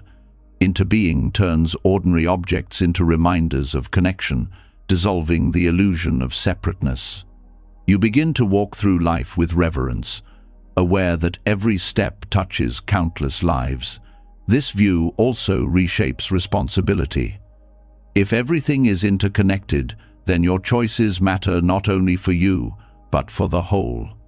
Each word spoken, each action taken, ripples outward. Resistance to this truth breeds denial and apathy. Acceptance of it awakens responsibility and compassion. You begin to act with care, not because you are forced, but because you recognize the web you are shaping with every decision. The beauty of interbeing is that it transforms even suffering into connection. When you ache, you realize others ache too. Your pain is not an isolated tragedy, but part of a shared condition. This awareness allows compassion to expand beyond the personal. You stop asking, "Why me?" and begin asking, How can this teach me to love more deeply? Suffering no longer isolates, but unites. Over time, this perspective dissolves resistance at its root. You no longer push against life as if it were separate from you. You no longer cling to the illusion of independence. You surrender into the dance, allowing yourself to be moved by the rhythms of interconnection. Life becomes less about control and more about harmony, less about self and more about the whole. And in that surrender, freedom arises. You no longer fear isolation because you see you are woven into everything. You no longer feel powerless because you see the influence of every choice. You no longer resist life because you understand that life is not outside of you, it is you. Interbeing is not a concept, but a lived reality. The recognition that you are a thread in the vast web, and that to resist the web is to resist yourself. When you embrace this truth, you discover peace in belonging, strength in connection, and joy in dancing with all of existence. When the truth of interbeing begins to take root, the weight of separation dissolves. You see that you have never been alone, that every breath, every step, every experience is woven into the lives of countless beings. This recognition brings humility, compassion, and a sense of belonging that steadies the heart.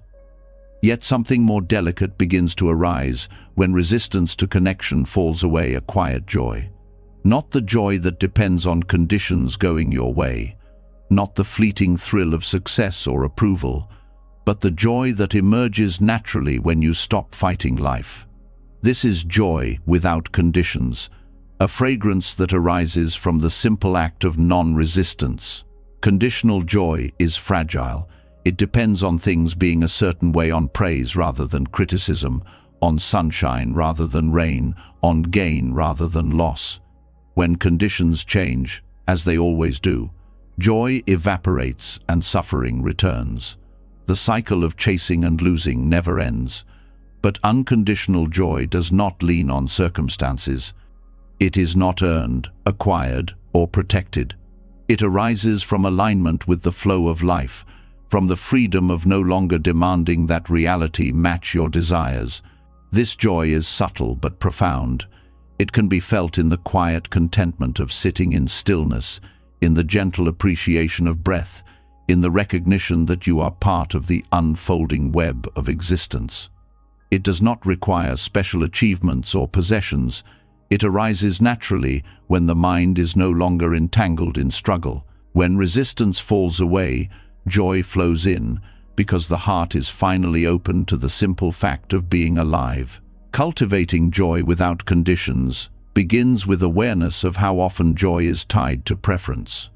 Notice how quickly the mind says, "I am happy because this happened," or "I cannot be happy until that changes." These thoughts expose the chains of conditional joy. By seeing them clearly, you can begin to loosen their grip. The practice is not to reject pleasant experiences, but to stop tying your happiness to their permanence. You enjoy them fully when they arise, and when they pass, your joy does not collapse with them. Meditation reveals this directly. As you sit, pleasant and unpleasant sensations arise. If you cling to the pleasant, suffering follows when it fades.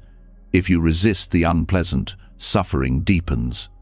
But when you rest in awareness itself, beyond grasping or pushing, a gentle joy emerges. It is not dependent on what arises, but on the freedom of allowing everything to come and go. This joy is stable because it is rooted not in objects, but in openness.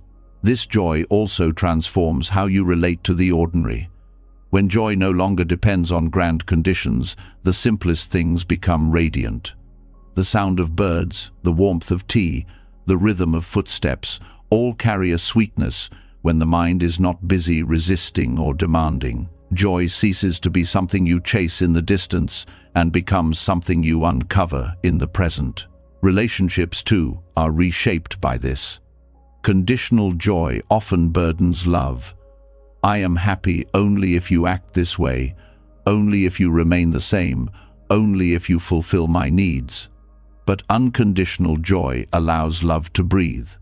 You are joyful not because others give you something, but because your heart is free from clinging. You can appreciate others as they are, without binding your happiness to their behavior. This makes relationships lighter, more generous, more enduring. Unconditional joy is not blind to suffering. It does not deny pain or pretend that difficulties do not exist.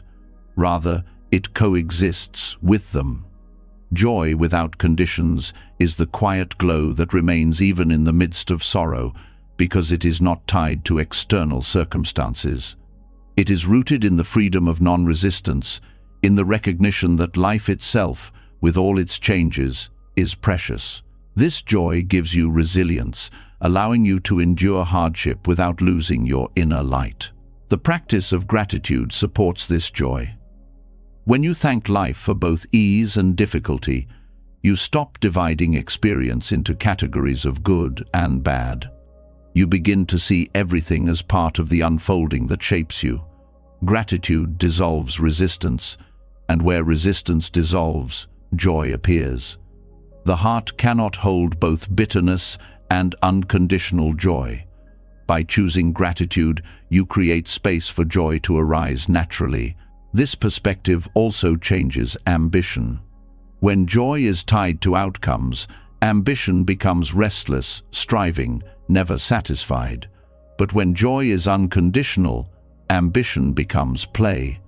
You work, create, and strive not to secure happiness, but as an expression of the joy already present. Success is enjoyed without clinging. Failure is endured without despair. Your energy is freed from the burden of chasing joy and can instead be poured into living fully. Over time, unconditional joy becomes a refuge. You no longer fear the loss of external conditions because you know joy is not dependent on them. You can walk through uncertainty, loss, even grief, with a steady heart that still knows joy in being alive, in breathing, in connecting. This joy is not loud or dramatic. It is quiet, steady, and unshakable. It carries you through storms because it does not rely on the absence of storms. This joy is the natural fragrance of non-resistance. When you stop pushing against life, life opens itself to you. Every moment, whether pleasant or painful, becomes an opportunity to taste the sweetness of being. This joy does not need to be chased because it was never absent. It only waited for the struggle to fall away. And once you have touched it, you recognize it as your true nature, a joy that is not given by the world and therefore cannot be taken away. You've walked through a journey of wisdom tonight, from emptiness that dissolves fear, to the flow of effortless action, to the art of non-grasping, to transforming pain into compassion. You've seen how balance frees you from extremes, how samsara can be a teacher, how impermanence is not an enemy but a friend. You've learned the radical power of non-preference, the surrender of breath, the humility of ego, death, and how even obstacles reveal hidden doors. You've touched the stillness that remains in chaos, the noble strength of softness, the flow of karma as momentum, and the knowing that silence brings. You've glimpsed the freedom of no self, the joy of uncertainty, the compassion in suffering, the surrender of walking, the gratitude that shines through hurt, the wisdom of silence in conflict, the interbeing that binds us all, and the fragrance of joy without conditions. All of it points to one truth. Life does not need to be resisted. When you stop pushing and pulling, when you release clinging and soften your defenses, you discover freedom, compassion, and joy that cannot be shaken. This is not an escape from life. It is the deepest way of living it. Now I'd love to hear from you. Which teaching touched your heart the most tonight? Was it the gentleness of impermanence, the power of silence, or the joy of surrender? Share your reflection in the comments. Your words might be the light someone else needs. And if this journey has spoken to you, don't forget to subscribe to the channel and tap the bell so you can continue walking the path of wisdom with me each week. Until next time, may your heart rest softly, may your breath carry you gently, and may you find peace in the flow of life.